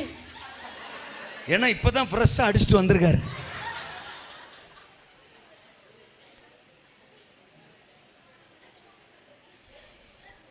ஸ்டான்லி கண்ட்ரோலா பேசுறா? ஹல்லே சொல்லுங்க. என்ன கண்ட்ரோல்? விடாத பேசு. ஹல்லே சொல்லுங்க. அப்பா ஏற்கனவே நம்ம சௌந்தரியம், நமக்குள்ள ஆவியானவர் இருக்கிறார், நம்ம மேல அபிஷேகம் இருக்கு, ரட்சிப்பு இருக்கு, அதுவே நம்ம அழகு. பூரண வடிவுள்ள சீயோனில் இருந்து தேவன் பிரகாசிக்கிறார். 52 சங்கீதத்தில் படிக்கிறோம். அப்ப நம்ம சீயோன், நம்ம பூரண வடிவுள்ளவர்கள். ரட்சிப்பு நமக்குள்ள வந்துட்டனாலே we are beauty, we are the people of beauty. நம்ம அழகின் மக்கள். அப்ப ஏற்கனவே அது ஆபத்துங்கும் போது இதுல என்ன ஓவரா? கண்ணாடிக்கு முன்னாடி ஜெபம் பண்றதுக்கு கூட சிலருக்கு நேரம் இல்லை, ஆனா டப்பா டப்பாவா வச்சிருக்கிறது. இது கண்ணுக்கு, இது கன்னத்துக்கு, இது இந்த ஏரியாவுக்கு மட்டும். ஸ்தோத்திரம். இது இங்க தோத்துறேன். என்ன பேச்ச காணா? 3 சீப்பு, இப்படி ஒரு சீப்பு, பின்னால ஒரு சீப்பு, ஒரே ஒரு முடி மட்டும் இப்படி வருவதற்காக ஒரு சீப்பு. அதுக்கே 3/4 மணி நேரம் அந்த ஒரு முடி வர்றதுக்கு இழுத்து இழுத்து இழுத்து இழுத்து இழுத்து இழுத்து தோத்துறோம். கடைசியில் வராது, கச்ச கச்ச கச்ச கச்சன்னு கசக்கி திரும்பவும் முயற்சி திருவினை ஆக்கும். ஏன்னா அந்த ஒரு முடி தான் எங்கே கொண்டு போகுது? பரலோகத்துக்கு கொண்டு போகுது. கொண்டு போகும் போ. இயேசு ரத்தம் ஜெயம். என்ன பேச்ச காண? அந்த கத்திரிக்கோலை எடுத்து வாயை கட் பண்ணா கூட பரவாயில்ல, புருவத்தை கட் பண்றது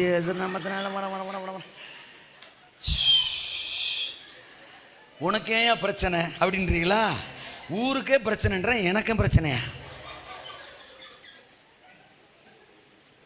அந்த 2 ராஜாக்கள்ல 9ஆம் அதிகாரம் 30ஆம் வசனத்துல எசபேல் கண்களுக்கு மையிட்டு தலையை சிங்காரித்துக் கொண்டு ஜன்னல் வழியே யெகூவை எட்டி பார்த்தாள். அப்படின்னா ஒரு லுக்கு. கிளவிங்க யாரு? எசபேல். கண்ணுக்கு மையிட்டு ஏற்கனவே பல வருஷமா வாழ்ந்த கிளவி. பயத்தை யூஸ் பண்ணி எலியாவின் ஓட்டத்தை சாய்த்தவள். இப்ப யெகூ வர்றான், அதே சூத்திரத்தை இவனுக்கு யூஸ் பண்ண முடியாது. இவன் பயப்படலாம் மாட்டான், போட்டு தள்ளிக்கிட்டு போய்கிட்டே இருக்கான். அவன்கிட்ட பயமுறுத்திலாம் வேலை நடக்காது. அதனால வேறொரு சூத்திரத்தை யூஸ் பண்றா. அப்படி இப்படி இப்படி அப்படி டெக்கரேஷன் பண்ணி அப்படி சைடில் ஜன்னல் ஓரத்தில் இருந்து பாவத்தை காட்டி எலியாவை யெகூவை சாய்த்து விடலாம் என்று யோசிக்கிறா. யெகூ பார்க்கறான், உனக்கு மண்டை இருந்தா தானே டெக்கரேஷன் பண்ணுவேன். யாரா என் பக்கத்தில் இருக்கிறது? 4 பேர் வர்றான். ஏறிப்போ, அங்கிருந்து டமால்னு தள்ளு, மண்டை வெடிச்சு சாகட்டும், இருந்தா தானே டெக்கரேஷன் பண்ணுவா கிழவி. ஹலோ, இது அநேகரை பாதிக்கும் என்று நான் அறிவேன். ஆகையால் நீங்கள் ஆமேன் சொல்ல மாட்டீர்கள் என்றும் நான் அறிவேன். என்னை முறைப்பீர்கள், எதிர்ப்பீர்கள் என்றும் நான் அறிவேன். எதிர்ப்பாளர்களுக்கு மத்தியில் எகிரி பேசுவதுதான் எனக்கு மிகவும் பிடித்த விஷயம். இயேசு ரத்தம் ஜெயம். நம்மளை வீழ்த்துறதுக்கு சாத்தான் வகை தேடி வலை போட்டு சுத்திக்கிட்டு இருக்கான். பாவம் சூழ்ந்த ஒரு ஸ்தானம் யாருக்கு? யோசேப்புக்கு. அல்ல சொல்லுங்க. போத்திபார் வீடுதான். நல்ல சோறு கிடைக்கும், நல்ல சோத்திரம் சாப்பாடு, நல்ல பொசிஷன், கர்த்தர் நல்ல ஒரு ஸ்தானத்துல வச்சிருக்கிறார் தான் நினைக்கிறான். ஆனா அதே வீட்டுக்குள்ள அவனை வீழ்த்துறதுக்கு சாத்தான் வலை விரிச்சுக்கிட்டு இருக்கான். இன்னைக்கும் நினைச்சிட்டு இருக்கிறோம் நாம, அபிஷேகம் கிடைச்சிருச்சு, பாட்டு பாடுறோம், கிருபை கிடைச்சிருச்சு, வரங்கள் கிடைச்சிட்டு, ஆமே நல்ல லுயா ஹூ ஆ நல்லதுதான் சார், சந்தோஷம் தான் சார். ஆனா வீழ்த்துறதுக்கு 4 டிக்கெட்டு தொத்துறோம். நம்மளை சுத்தி சுத்தி பார்த்துக்கிட்டே இருக்க, கவனம் இல்ல, கோமாளி ஆயிருவ. அப்படி ஒருத்தன் ஆனா சிம்சோன், அப்படி ஒருத்தன் ஆனா நியாயாதிபதிகள் 16ஆம் அதிகாரத்தில் தெலிலாள் அவனை வீழ்த்துறதுக்கு பிளான் பண்றா. ஆமாவா? அழைக்கப்பட்டவன், அபிஷேகிக்கப்பட்டவன், நல்ல பொசிஷன்ல கர்த்தர் சிம்சோனை வச்சிருக்கிறார், நல்ல ஒரு ஸ்தானத்துல, நியாயாதிபதி ஸ்தானத்துல வச்சிருக்கிறார். அவனால தான் தேசத்துக்கு ரட்சிப்பு, இஸ்ரவேலருக்கு விடுதலை. அவ்வளவு பொசிஷன்ல அவனை வச்சிருக்கிறார்.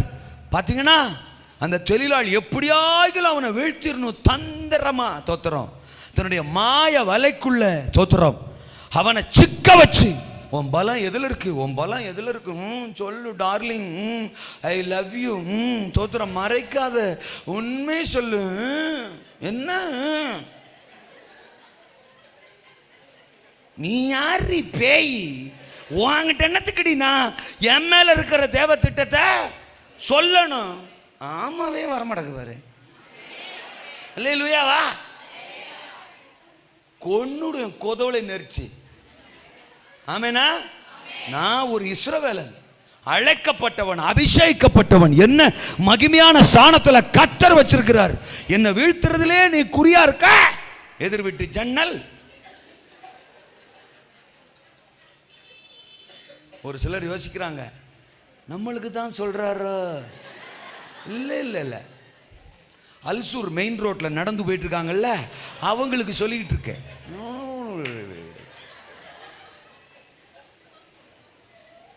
ஆமாவா? இவனுக்கு அவ வீட்டில் வேலை, தெலிலாள் வீட்டில் இவனுக்கு என்ன வேலை? தேவனுடைய மடியில தோத்திரம் தலை சாய்ந்து இருக்க வேண்டியவன் தெலிலாளின் மடியில.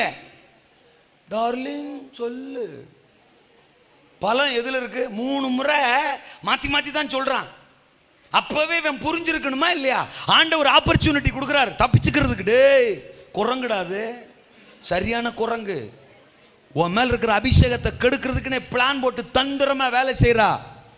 ஒன்னு எஸ்கேப் ஆகி போய், இல்லாட்டா அவளை ஒரு அவன் இருந்த பராக்கத்துக்கு கழுத்தை அப்படி கிள்ளி விட்டு இருந்தா போதும். தெரியல. ஆமாவா?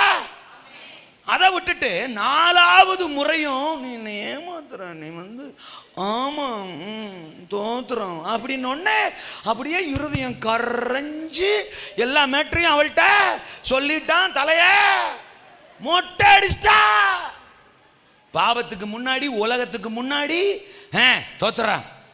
ஆண்டவரை விட்டுறது, ஆலயத்தை விட்டுறது, தேவனுடைய வார்த்தை, அபிஷேகம் அதெல்லாம் ஒரு பக்கம் தூக்கி போட்டுட்டு பாவம், அசுத்தம், இச்சை அப்படின்னா அதுக்கு முக்கியத்துவம் கொடுத்து போனா கண்ணை புடுங்கிட்டா, தலைய மொட்டை அடிச்சிட்டா.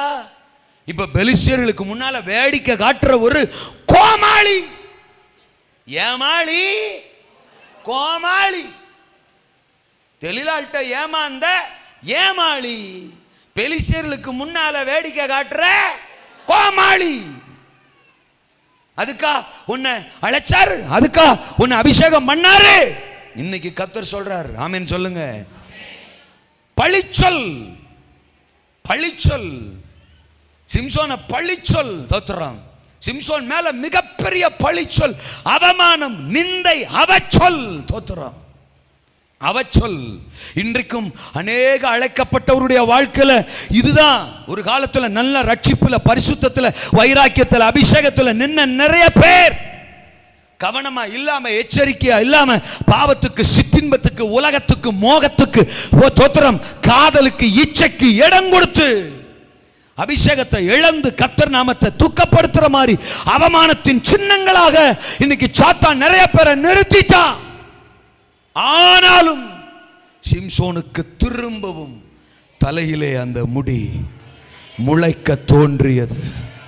இந்த ஒரு விசை என்னை பலப்படுத்தும், என்னை நினைத்தருளும் என்று அவன் ஜெபித்த அடுத்த நிமிடம் அவன் இழந்த பலத்தை, பராக்கிரமத்தை அவன் மேல ஊற்றி ஊற்றி ஊற்றி எந்த சத்துருக்கள், எந்த பெலிஸ்தியர்கள் அவன் அவமானப்படுத்தினார்களோ, நிந்தித்தார்களோ, அதே சத்துரு கூட்டத்தை அவன் கரத்தாலே நிர்மூலமாக்கின கர்த்தர் இன்றைக்கு மறுபடியும் உங்களை எழுப்பி உங்களுக்குரிய ஸ்தானத்துல உங்களை அமர்த்த பண்ண, உங்களை அமர செய்ய வந்திருக்கிறார், வந்திருக்கிறார், வந்திருக்கிறார். பாவம் உங்களை வீழ்த்திருச்சோ, பழிச்சொல் உங்களை சுத்தி, தோத்திரம் உங்களை அவமானப்படுத்திக்கிட்டு இருக்கோ, ஏதோ சில விஷயத்துல நீங்க விழுந்துட்டீங்களோ, ஆமென்.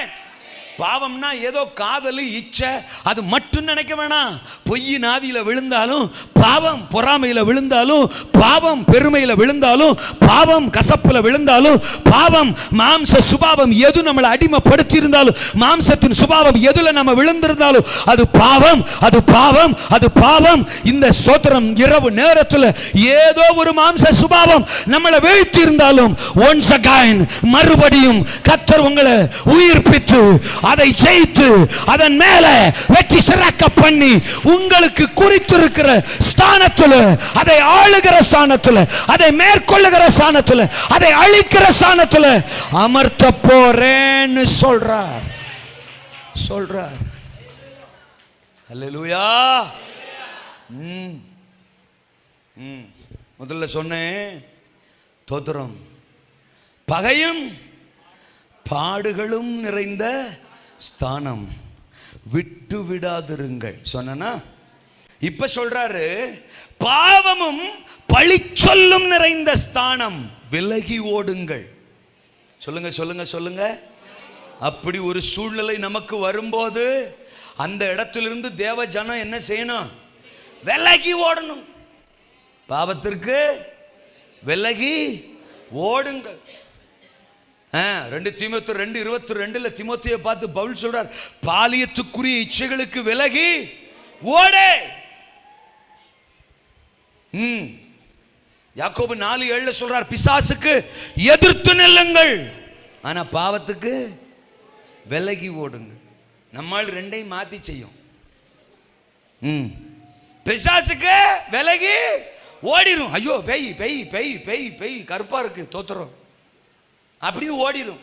ஆனா பாவத்துக்கு முன்னால டெக்கரேஷன்லாம் பண்ணி உலக அதிசயம் 8. நான் சொல்றது ஏதாவது புரியுதா இல்லையா? இல்லை ஏன்னு கேட்குறேன். ஓரளவுக்கு போதும்ல.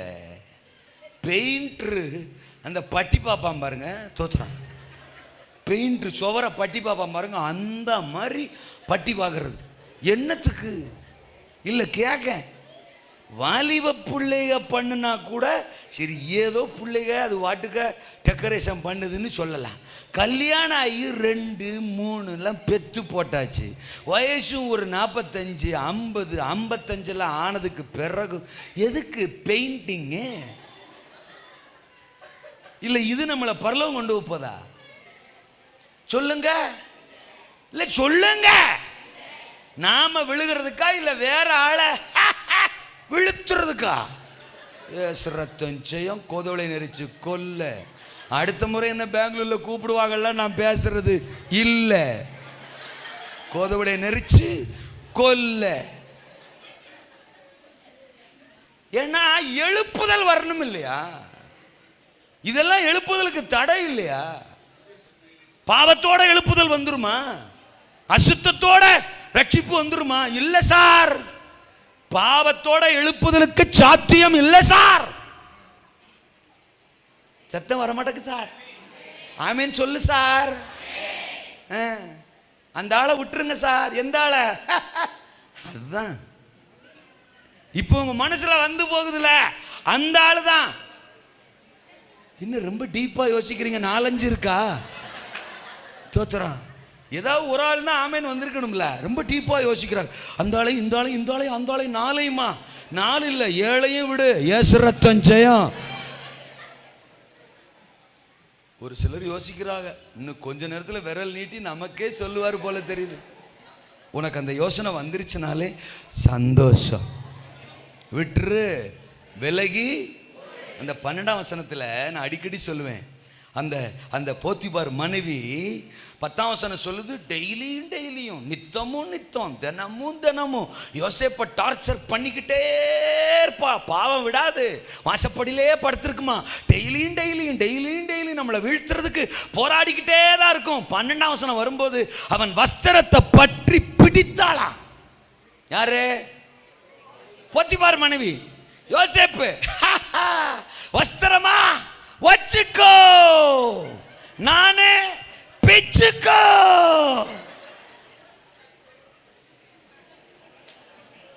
அந்த ஏரியாவில் யோசேப்பு இல்ல, இந்த சட்டையில தான் பிரச்சனையா? உன் புருஷன் கொடுத்தது தான். யாரு? போத்திபாரு. தோத்துறான். அந்த வீட்டில் வேற யாரு கொடுத்துருப்பா? அவன் தானே எஜமா. உன் புருஷன் வாங்கி கொடுத்ததான். இந்த சட்டையில பிரச்சனை பிடிச்ச வச்சுக்கோ கிளவி. நானே ஏரியாவை விட்ட.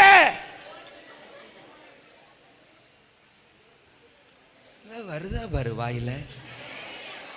அல்லேலூயாவா? விலகி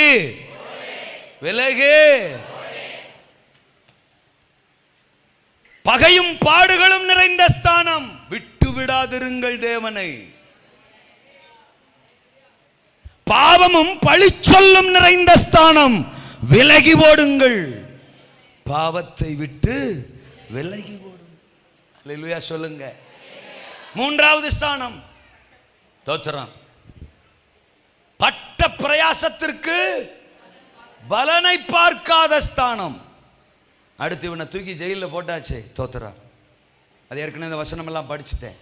40வது அதிகாரத்துக்கு வந்தா பார்வோன் அரண்மனையிலிருந்து 2 பேர் யோசேப்பு இருந்து அதே ஜெயிலுக்கு வந்திருக்கிறாங்க.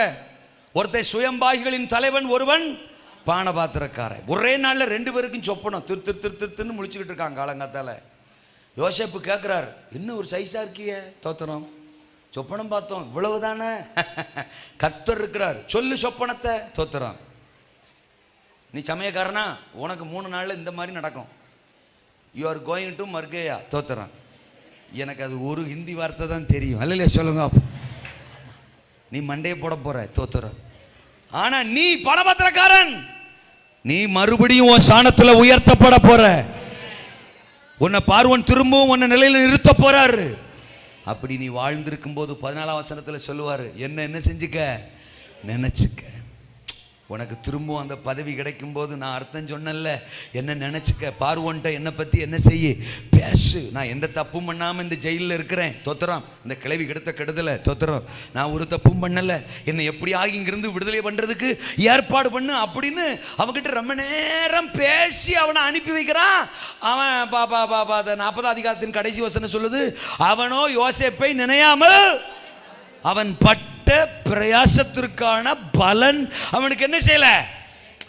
சிறைச்சாலையில் அவனுக்கு ஒரு ஸ்தானம் இருந்துச்சுதான், ஆனாலும் தனக்கு பிரயாசத்திற்கான பலன் என்ன செய்யல, கிடைக்கல. அல்லேலூயா சொல்லுங்க, ஆமெனா.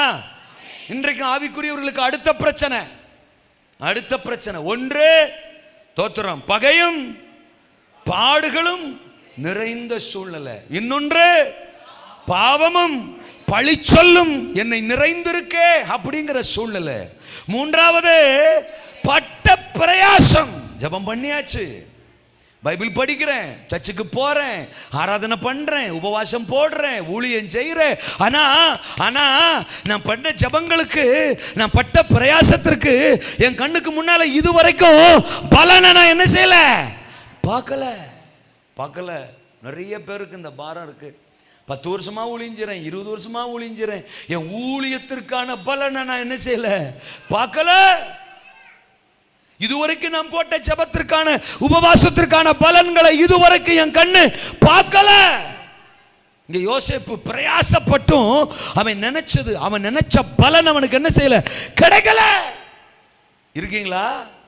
பானபாத்திரக்கார மைண்ட்ல இல்லாதபடி சாத்தான் சோத்திரம் அவன் மைண்ட்ல இருந்து யோசேப்பை பறிச்சுட்டான், சிந்தனையில இருந்து அழிச்சிட்டான், மறக்க பண்ணிட்டான். கர்த்தருக்கு ஸ்தோத்திரம். நிறைய காரியத்துக்கு நம்ம பிரயாசப்பட்டும், ஆமென் தோத்திரம், மனிதர்களுக்காக பிரயாசப்பட்டும், குடும்பத்திற்காக பிரயாசப்பட்டும் அவர்கள் என்ன புரிந்து கொள்ளலையே, அவர்கள் என்னை புறக்கணிக்கிறார்களே, அவங்க என்ன மறந்துட்டாங்களே, தோத்திரம். என் உதவி அவங்க நினைக்கலையே, என் ஜெபத்தை அவங்க நினைக்கலையே, என் பிரயாசத்தை அவங்க நினைக்கலையே, என்ன மறந்துட்டாங்களே, என்ன கைவிட்டுட்டாங்களே, என்ன புறக்கணிச்சுட்டாங்களே, என்ன ஒதுக்கிட்டாங்களே, நான் பட்ட பிரயாசத்துக்கு பலன் கிடைக்கலையே, நான் வடிச்ச கண்ணீருக்கு பலன் கிடைக்கலையே, ஆராதி வந்தும் பலன் இல்லையே, உபவாசம் போட்டும் பலன் இல்லையே.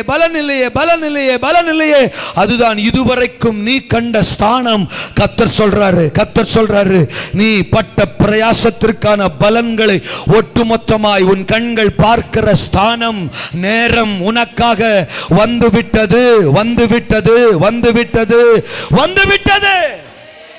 யோவேல் 2:25 சொல்றாரு, தோத்திரம், பச்சை கிளிகள், வெட்டு கிளிகள், முசுக்கொட்டை பூச்சி, தோத்திரம், பச்சை புழுக்கள், இவைகளெல்லாம் பட்சித்த வருஷங்களின் விளைவை நான் உனக்கு திரும்ப பானபாத்திரக்காரன் மறந்துட்டான் நான் நினைக்கிறேன், பானபாத்திரக்காரன் சிந்தனையிலிருந்து சாத்தான் உன்னை எடுத்துட்டான் நான் நினைக்கிறேன். நீ வேற பார்வோன் சிந்தனைக்கே உன்னை கொண்டு வரேன். பானபாத்திரக்காரன் மறந்துட்டான்ற, பார்வோனே உன்னை நினைக்க வைக்கிறேன், பார்வோனே உன்னை தேடி வர வைக்கிறேன். தோத்திரம். எந்த பானபாத்திரக்காரன் மறந்தானோ அதே பானபாத்திரக்காரன் உனக்கு முன்னால தோத்திர கை கட்டி நிக்கிற மாதிரி, அவனுக்கு நீ ஆசீர்வாதமாகிற மாதிரி, ஏன் பார்வோனுக்கு நீ ஆசீர்வாதமாகிற மாதிரி, தேசத்துக்கு நீ ஆசீர்வாதமாகிற மாதிரி உன் ஸ்தானத்தை நான் உயர்த்த போகிறேன்.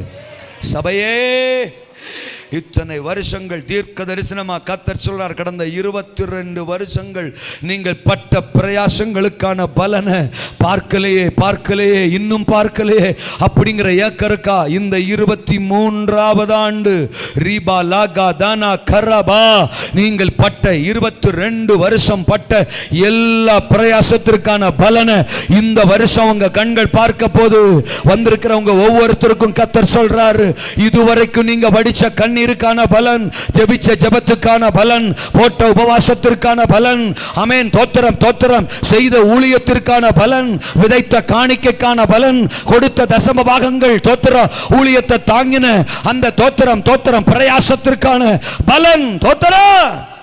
இந்த வருஷம் உங்கள் மேல் வருகிறது. கர்த்தர் உங்க சிரசின் மேல கட்டளை இடுகிறார். உன் கண்கள் அதை பார்க்க போகிறது. அந்த ஸ்தானத்தில் உன்னை அமர்த்த போகிறேன். ஆமென். விசுவாசத்தில் உறுதியாயிருங்கள். ஆமெனா. திரும்ப வருவோம். பகையும் பாடுகளும் நிறைந்த ஸ்தானமோ விட்டு விடாதிருங்கள் சொன்னாரா? இரண்டாவது, பாவமும் பழி சொல்லும் நிறைந்த ஸ்தானமோ விலகி ஓடுங்கள். பட்ட பிரயாசத்திற்கு பலனில்லாத ஸ்தானமோ விசுவாசத்தில் உறுதியாய். நீ ஏன் பானபாத்திரக்காரனை பார்க்குற? யோசேப்பு நல்லா தானே போயிட்டு இருந்துச்சு. யோசேப்பு லைஃப்ல ஒரே ஒரு மைனஸ்னா, ஒரே ஒரு மைனஸ் பாயிண்ட்னா அது 40-14 தான். பானபாத்திரக்காரன்ட்ட கெஞ்சிரான் பார்த்தீங்களா, அது ஒன்று தான்.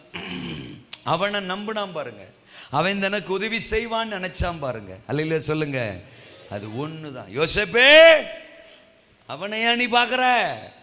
உன் நம்பிக்கை மனுஷன் மேல வேணாம். இத்தனை காலம் என்னை சார்ந்திருந்தவன் நீ, இன்னும் என்னை மட்டுமே சார்ந்திரு. உன் விசுவாசத்துல உறுதியாயிரு. சொல்லுங்க, எப்படி இருக்கணுமா? விசுவாசத்துல மனுஷனை பார்க்க வேணாம், மச்சானை பார்க்க வேணாம், அவன் உதவி செய்வானா, இவன் உதவி செய்வானா, இவன் காப்பாற்றுவானா, அவன் காப்பாற்றுவானா, ஒருத்தரையும் பார்க்கணுங்கிற அவசியம் அழைக்கப்பட்டவனுக்கு இல்லை சார். நம்ம யாரையும் பார்க்கணுங்கிற அவசியம் இல்லை சார். ஆமேனா? விசுவாசத்தில் ஒரு சறுக்கல் வேணாம் சார். விசுவாசத்தில் விலகி போக வேணாம் சார். அவர்கள் அவரை நோக்கி பார்த்து பிரகாசம் அடைந்தார்கள், அவர்கள் முகங்கள். உங்களுடைய ஒரே நம்பிக்கை அவரா மட்டும் இருக்கட்டும், இறுதி வரையும். அல்லையிலே சொல்லுங்க. அதனால தான் அவர் கிளம்பி போகும்போது கூட சீசர்களை பார்த்து சொன்னார். காலையில் கூட அந்த வசனத்தை சொன்னேன், யோவான் 16, என்னிடத்தில், தேவனிடத்தில் விசுவாசமா இருங்கள், என்னிடத்திலும் விசுவாசமா. நான் போறேன், ஆனால் மறுபடியும் வருவேன். நான் ஆயத்தம் பண்ணி இருக்கிற ஸ்தலத்தில் உங்களை கொண்டு போய் சேர்ப்பதற்கு நான் மறுபடியும் வருவேன். என்னிடத்தில் நம்பிக்கையாயிரு. உனக்குரிய ஸ்தானத்தில், உனக்குரிய ஸ்தலத்தில் நான் உன்னை அமர பண்ணுவேன். உனக்கு குறிச்சிருக்கிற சிங்காசனம் வரும். உனக்காக என் உள்ளங்கையில வரைஞ்சிருக்கிற அந்த சிங்காசனத்தில் உன்னை அமர்த்துவேன். விசுவாசத்தில் உறுதியாயிரு. அல்லேலூயா சொல்லுங்க, ஆமேன் சொல்லுங்க.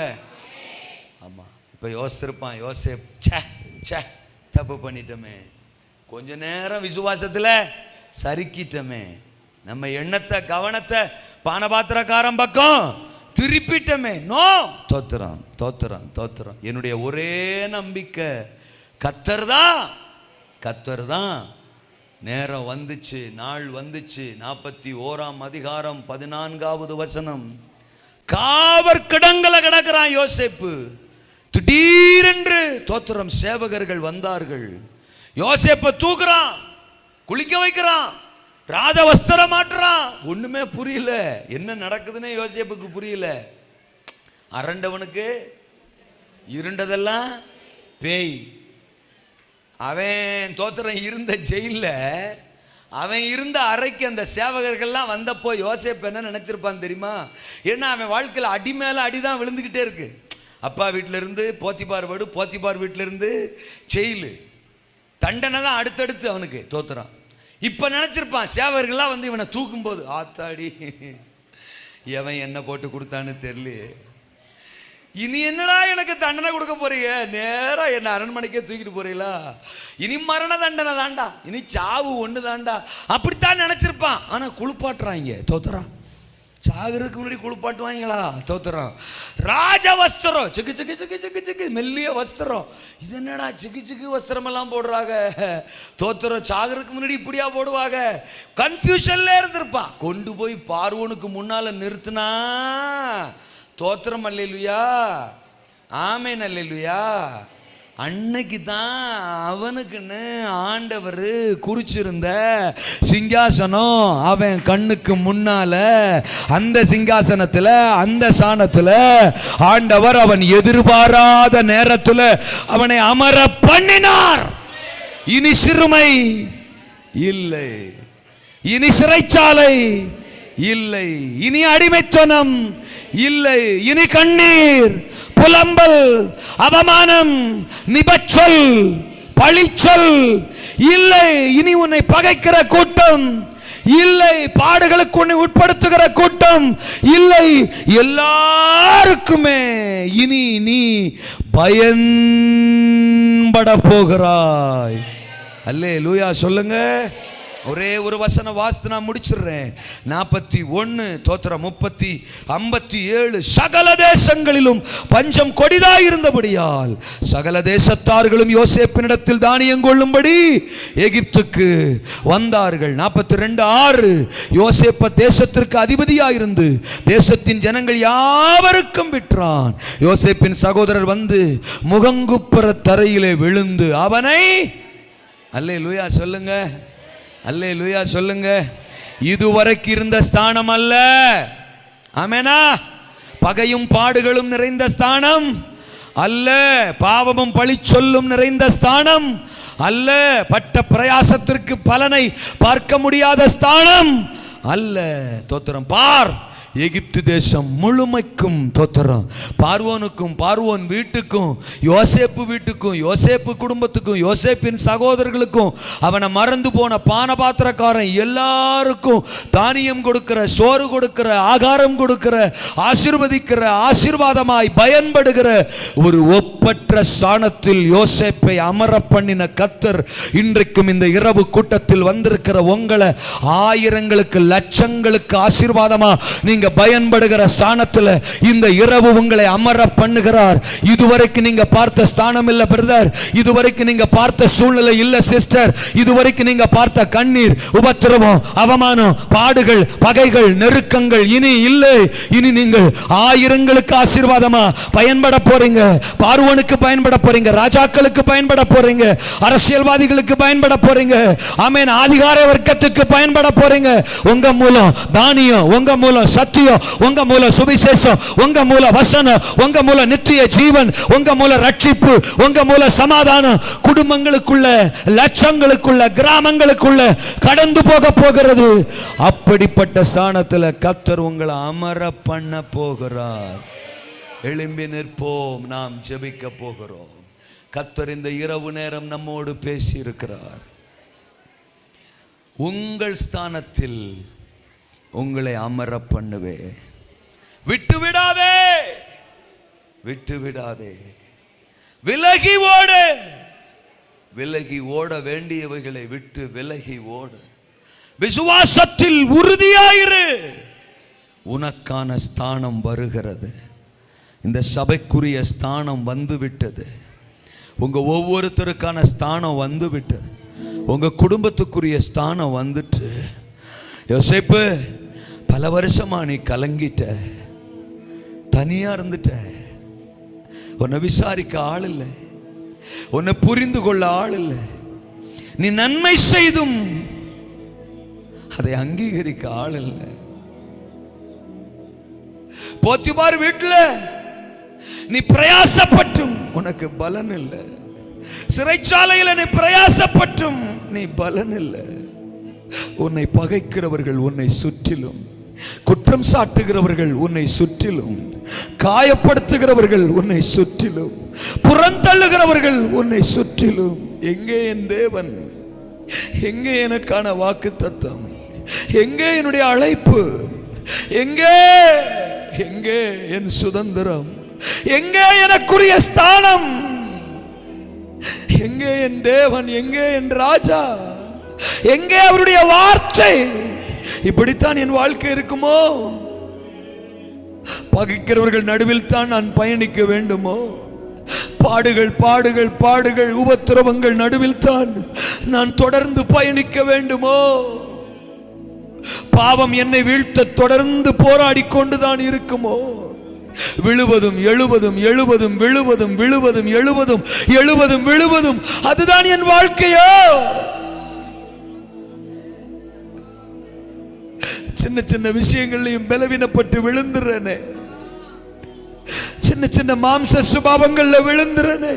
அபிஷேகம் என் மேல இருந்தும், அழைப்பு என் மேல இருந்தும், கோபத்தை என்னால ஜெயிக்க முடியல, பொறாமையை ஜெயிக்க முடியல, கசப்பை ஜெயிக்க முடியல, பெருமையை ஜெயிக்க முடியல, மாம்ச சுபாவங்களை ஜெயிக்க முடியல. என்ன அது வீழ்த்திருது. என்மேல் பழி சொல், நிபச்சொல்,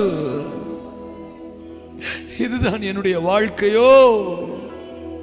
நான் படுகிற எந்த பிரயாசத்துக்கும் பலன் இல்லையே, அனாதையை போல இருக்கிறேனே, இப்படித்தான் என் வாழ்க்கை தொடருமோ? நான் கண்ட சொப்பனம் எங்கே? கர்த்தர் என்னோடு பேசின வார்த்தைகள் எங்கே? எனக்குரிய சிங்காசனம் எங்கே? எனக்குரிய ஸ்தானம் எங்கே? சிறையிருப்பே என் வாழ்க்கையானதே, சிறுமையே என் வாழ்க்கையானதே என்று கலங்குகிறாயோ? உனக்குரிய நேரம் வந்துட்டு,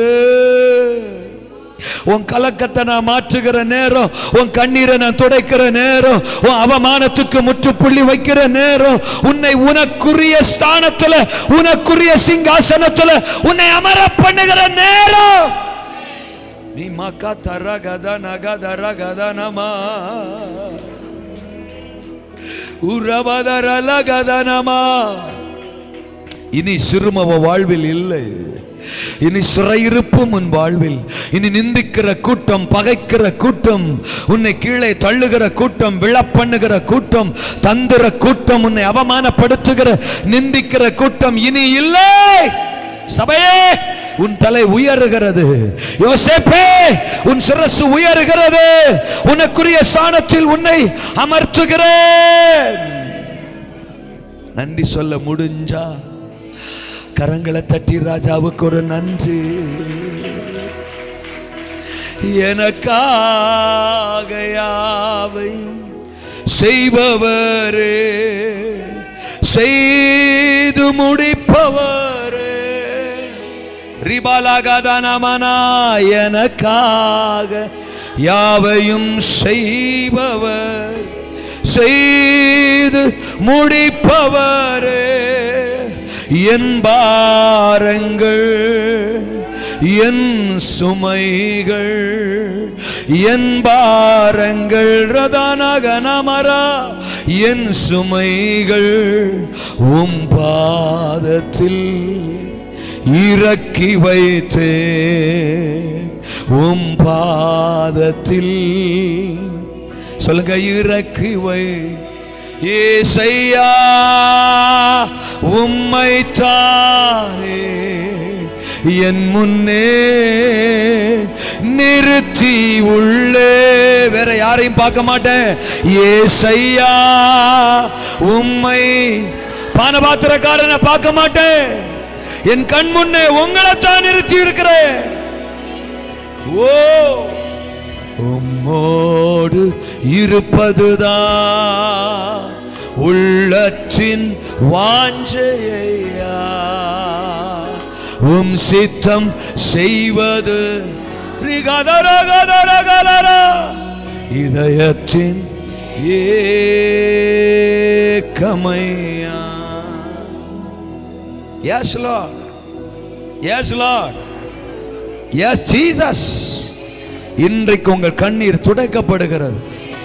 இன்றைக்கு உங்கள் வேதனைக்கு ஒரு முற்றுப்புள்ளி, துக்கங்களுக்கு ஒரு முற்றுப்புள்ளி, பாடுகளுக்கு ஒரு முற்றுப்புள்ளி, அவமானத்துக்கு ஒரு முற்றுப்புள்ளி, பழிச்சொல்லுக்கு ஒரு முற்றுப்புள்ளி, சிறையிருப்புக்கு ஒரு முற்றுப்புள்ளி, சிறுமையின் அனுபவத்துக்கு முற்றுப்புள்ளி. எஸ், உங்க தலை உயருகிற நேரம் இது.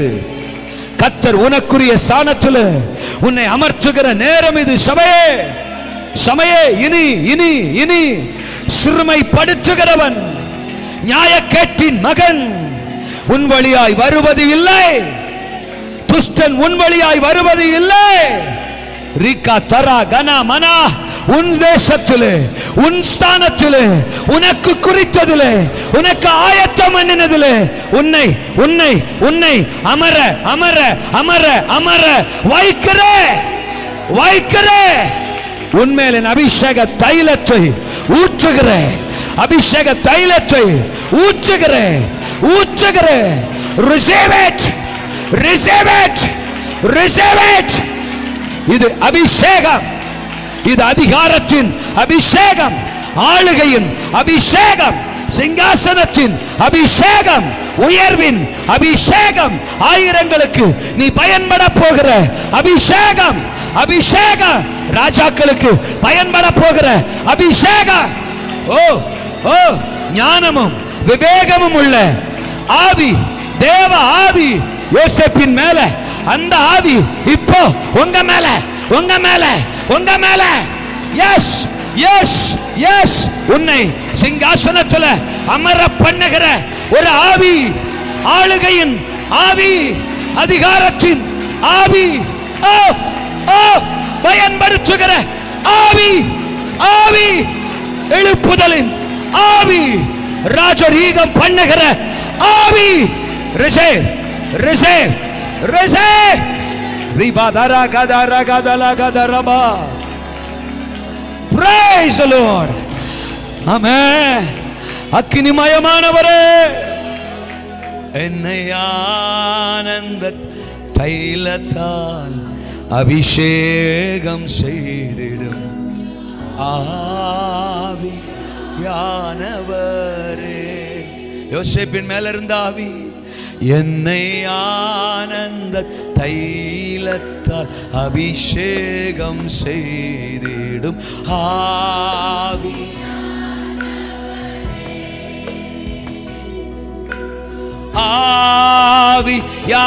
ஆவியானவரே, அன்பின் ஆவி,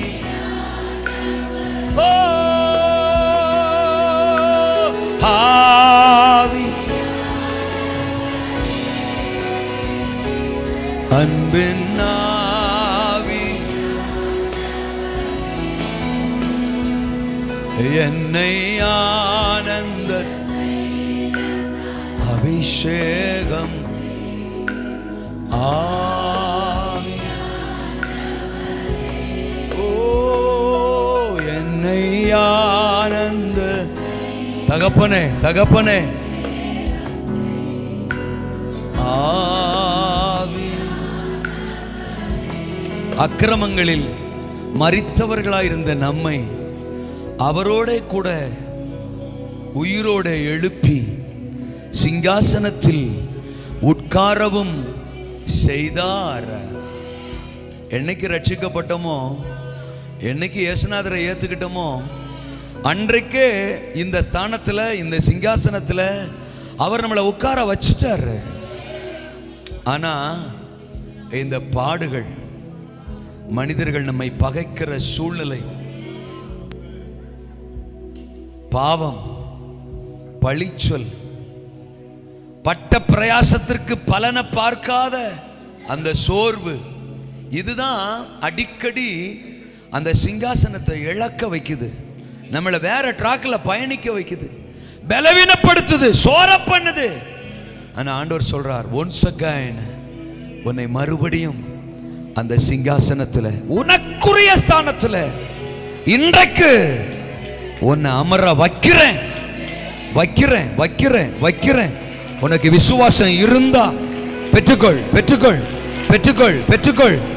இனி உனக்குரியதை ஒருவனும் உன்னிடத்திலிருந்து பறித்து கொள்வது இல்லை. இனி உன் வாழ்க்கையில மகிழ்ச்சி, களிகூறுதல், எஸ், அதிகாரம், ஆளுகை, ஆயிரங்களுக்கு, லட்சங்களுக்கு, தேசத்துக்கு நீ பயன்பட போற, பயன்பட போற. பார்வோனுக்கு பயன்பட போற, அதிகார வர்க்கத்துக்கு பயன்பட போற, பிரஜாதிகளுக்கு பயன்பட போற, ராஜாக்களுக்கு பயன்பட போற. ஓ, உங்க வார்த்தைக்கு என்ன அர்ப்பணிக்க விரும்புறேன்ப்பா, விரும்புறேன்ப்பா. எந்த சூழ்நிலையும் உங்களை விட்டு கொடுக்க மாட்டேன்பா.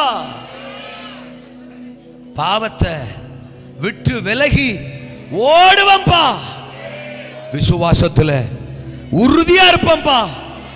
யோசேப்பின் மேல இருந்த அந்த விவேகம் உள்ள ஆவியால நிறைஞ்சிருப்பா. என்ன ஒப்பு கொடுக்கிறேன்னு சொல்றவங்க மட்டும் உங்க வலது கரத்தை உயர்த்தி, என் ஸ்தானம் எனக்கு வேணும் அப்படிப்பட்டவங்க மட்டும் உங்க வலது கரத்தை உயர்த்தி, எனக்கு வேற எந்த ஸ்தானமும் வேணாம், நீங்க குறிச்சிருக்கிற ஸ்தானம் எனக்கு வேணும்.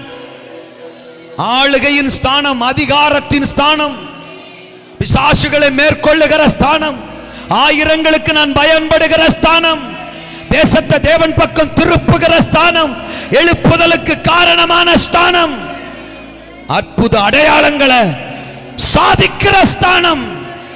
எனக்கு வேணும், எனக்கு வேணும், எனக்கு வேணும், எனக்கு வேணும், அதற்கு என்ன விட்டு கொடுக்கிறேன், என்ன ஒப்பு கொடுக்கிறேன். அப்படிப்பட்டவங்க மட்டும் உங்க வலது கரத்தை உயர்த்தி, நிறைய பேர் உங்க கரங்களை உயர்த்தி இருப்பதை நான் பார்க்கிறேன். இனி உனக்கு சிறுமையின் ஸ்தானம் அல்ல, இனி உனக்கு சிங்காசனத்தின் ஸ்தானம். இனி உனக்கு அடிமையின் ஸ்தானம் அல்ல, இனி உனக்கு ஆளுகையின் ஸ்தானம். பரலோக தகப்பனே, எங்களோடு பேசின வார்த்தைகளுக்காக நன்றி. கரங்களை உயர்த்தி ஒப்பு கொடுக்கிற உங்க பிள்ளைங்க மேல உங்க கரத்தின் வல்லமை இறங்குவதாக.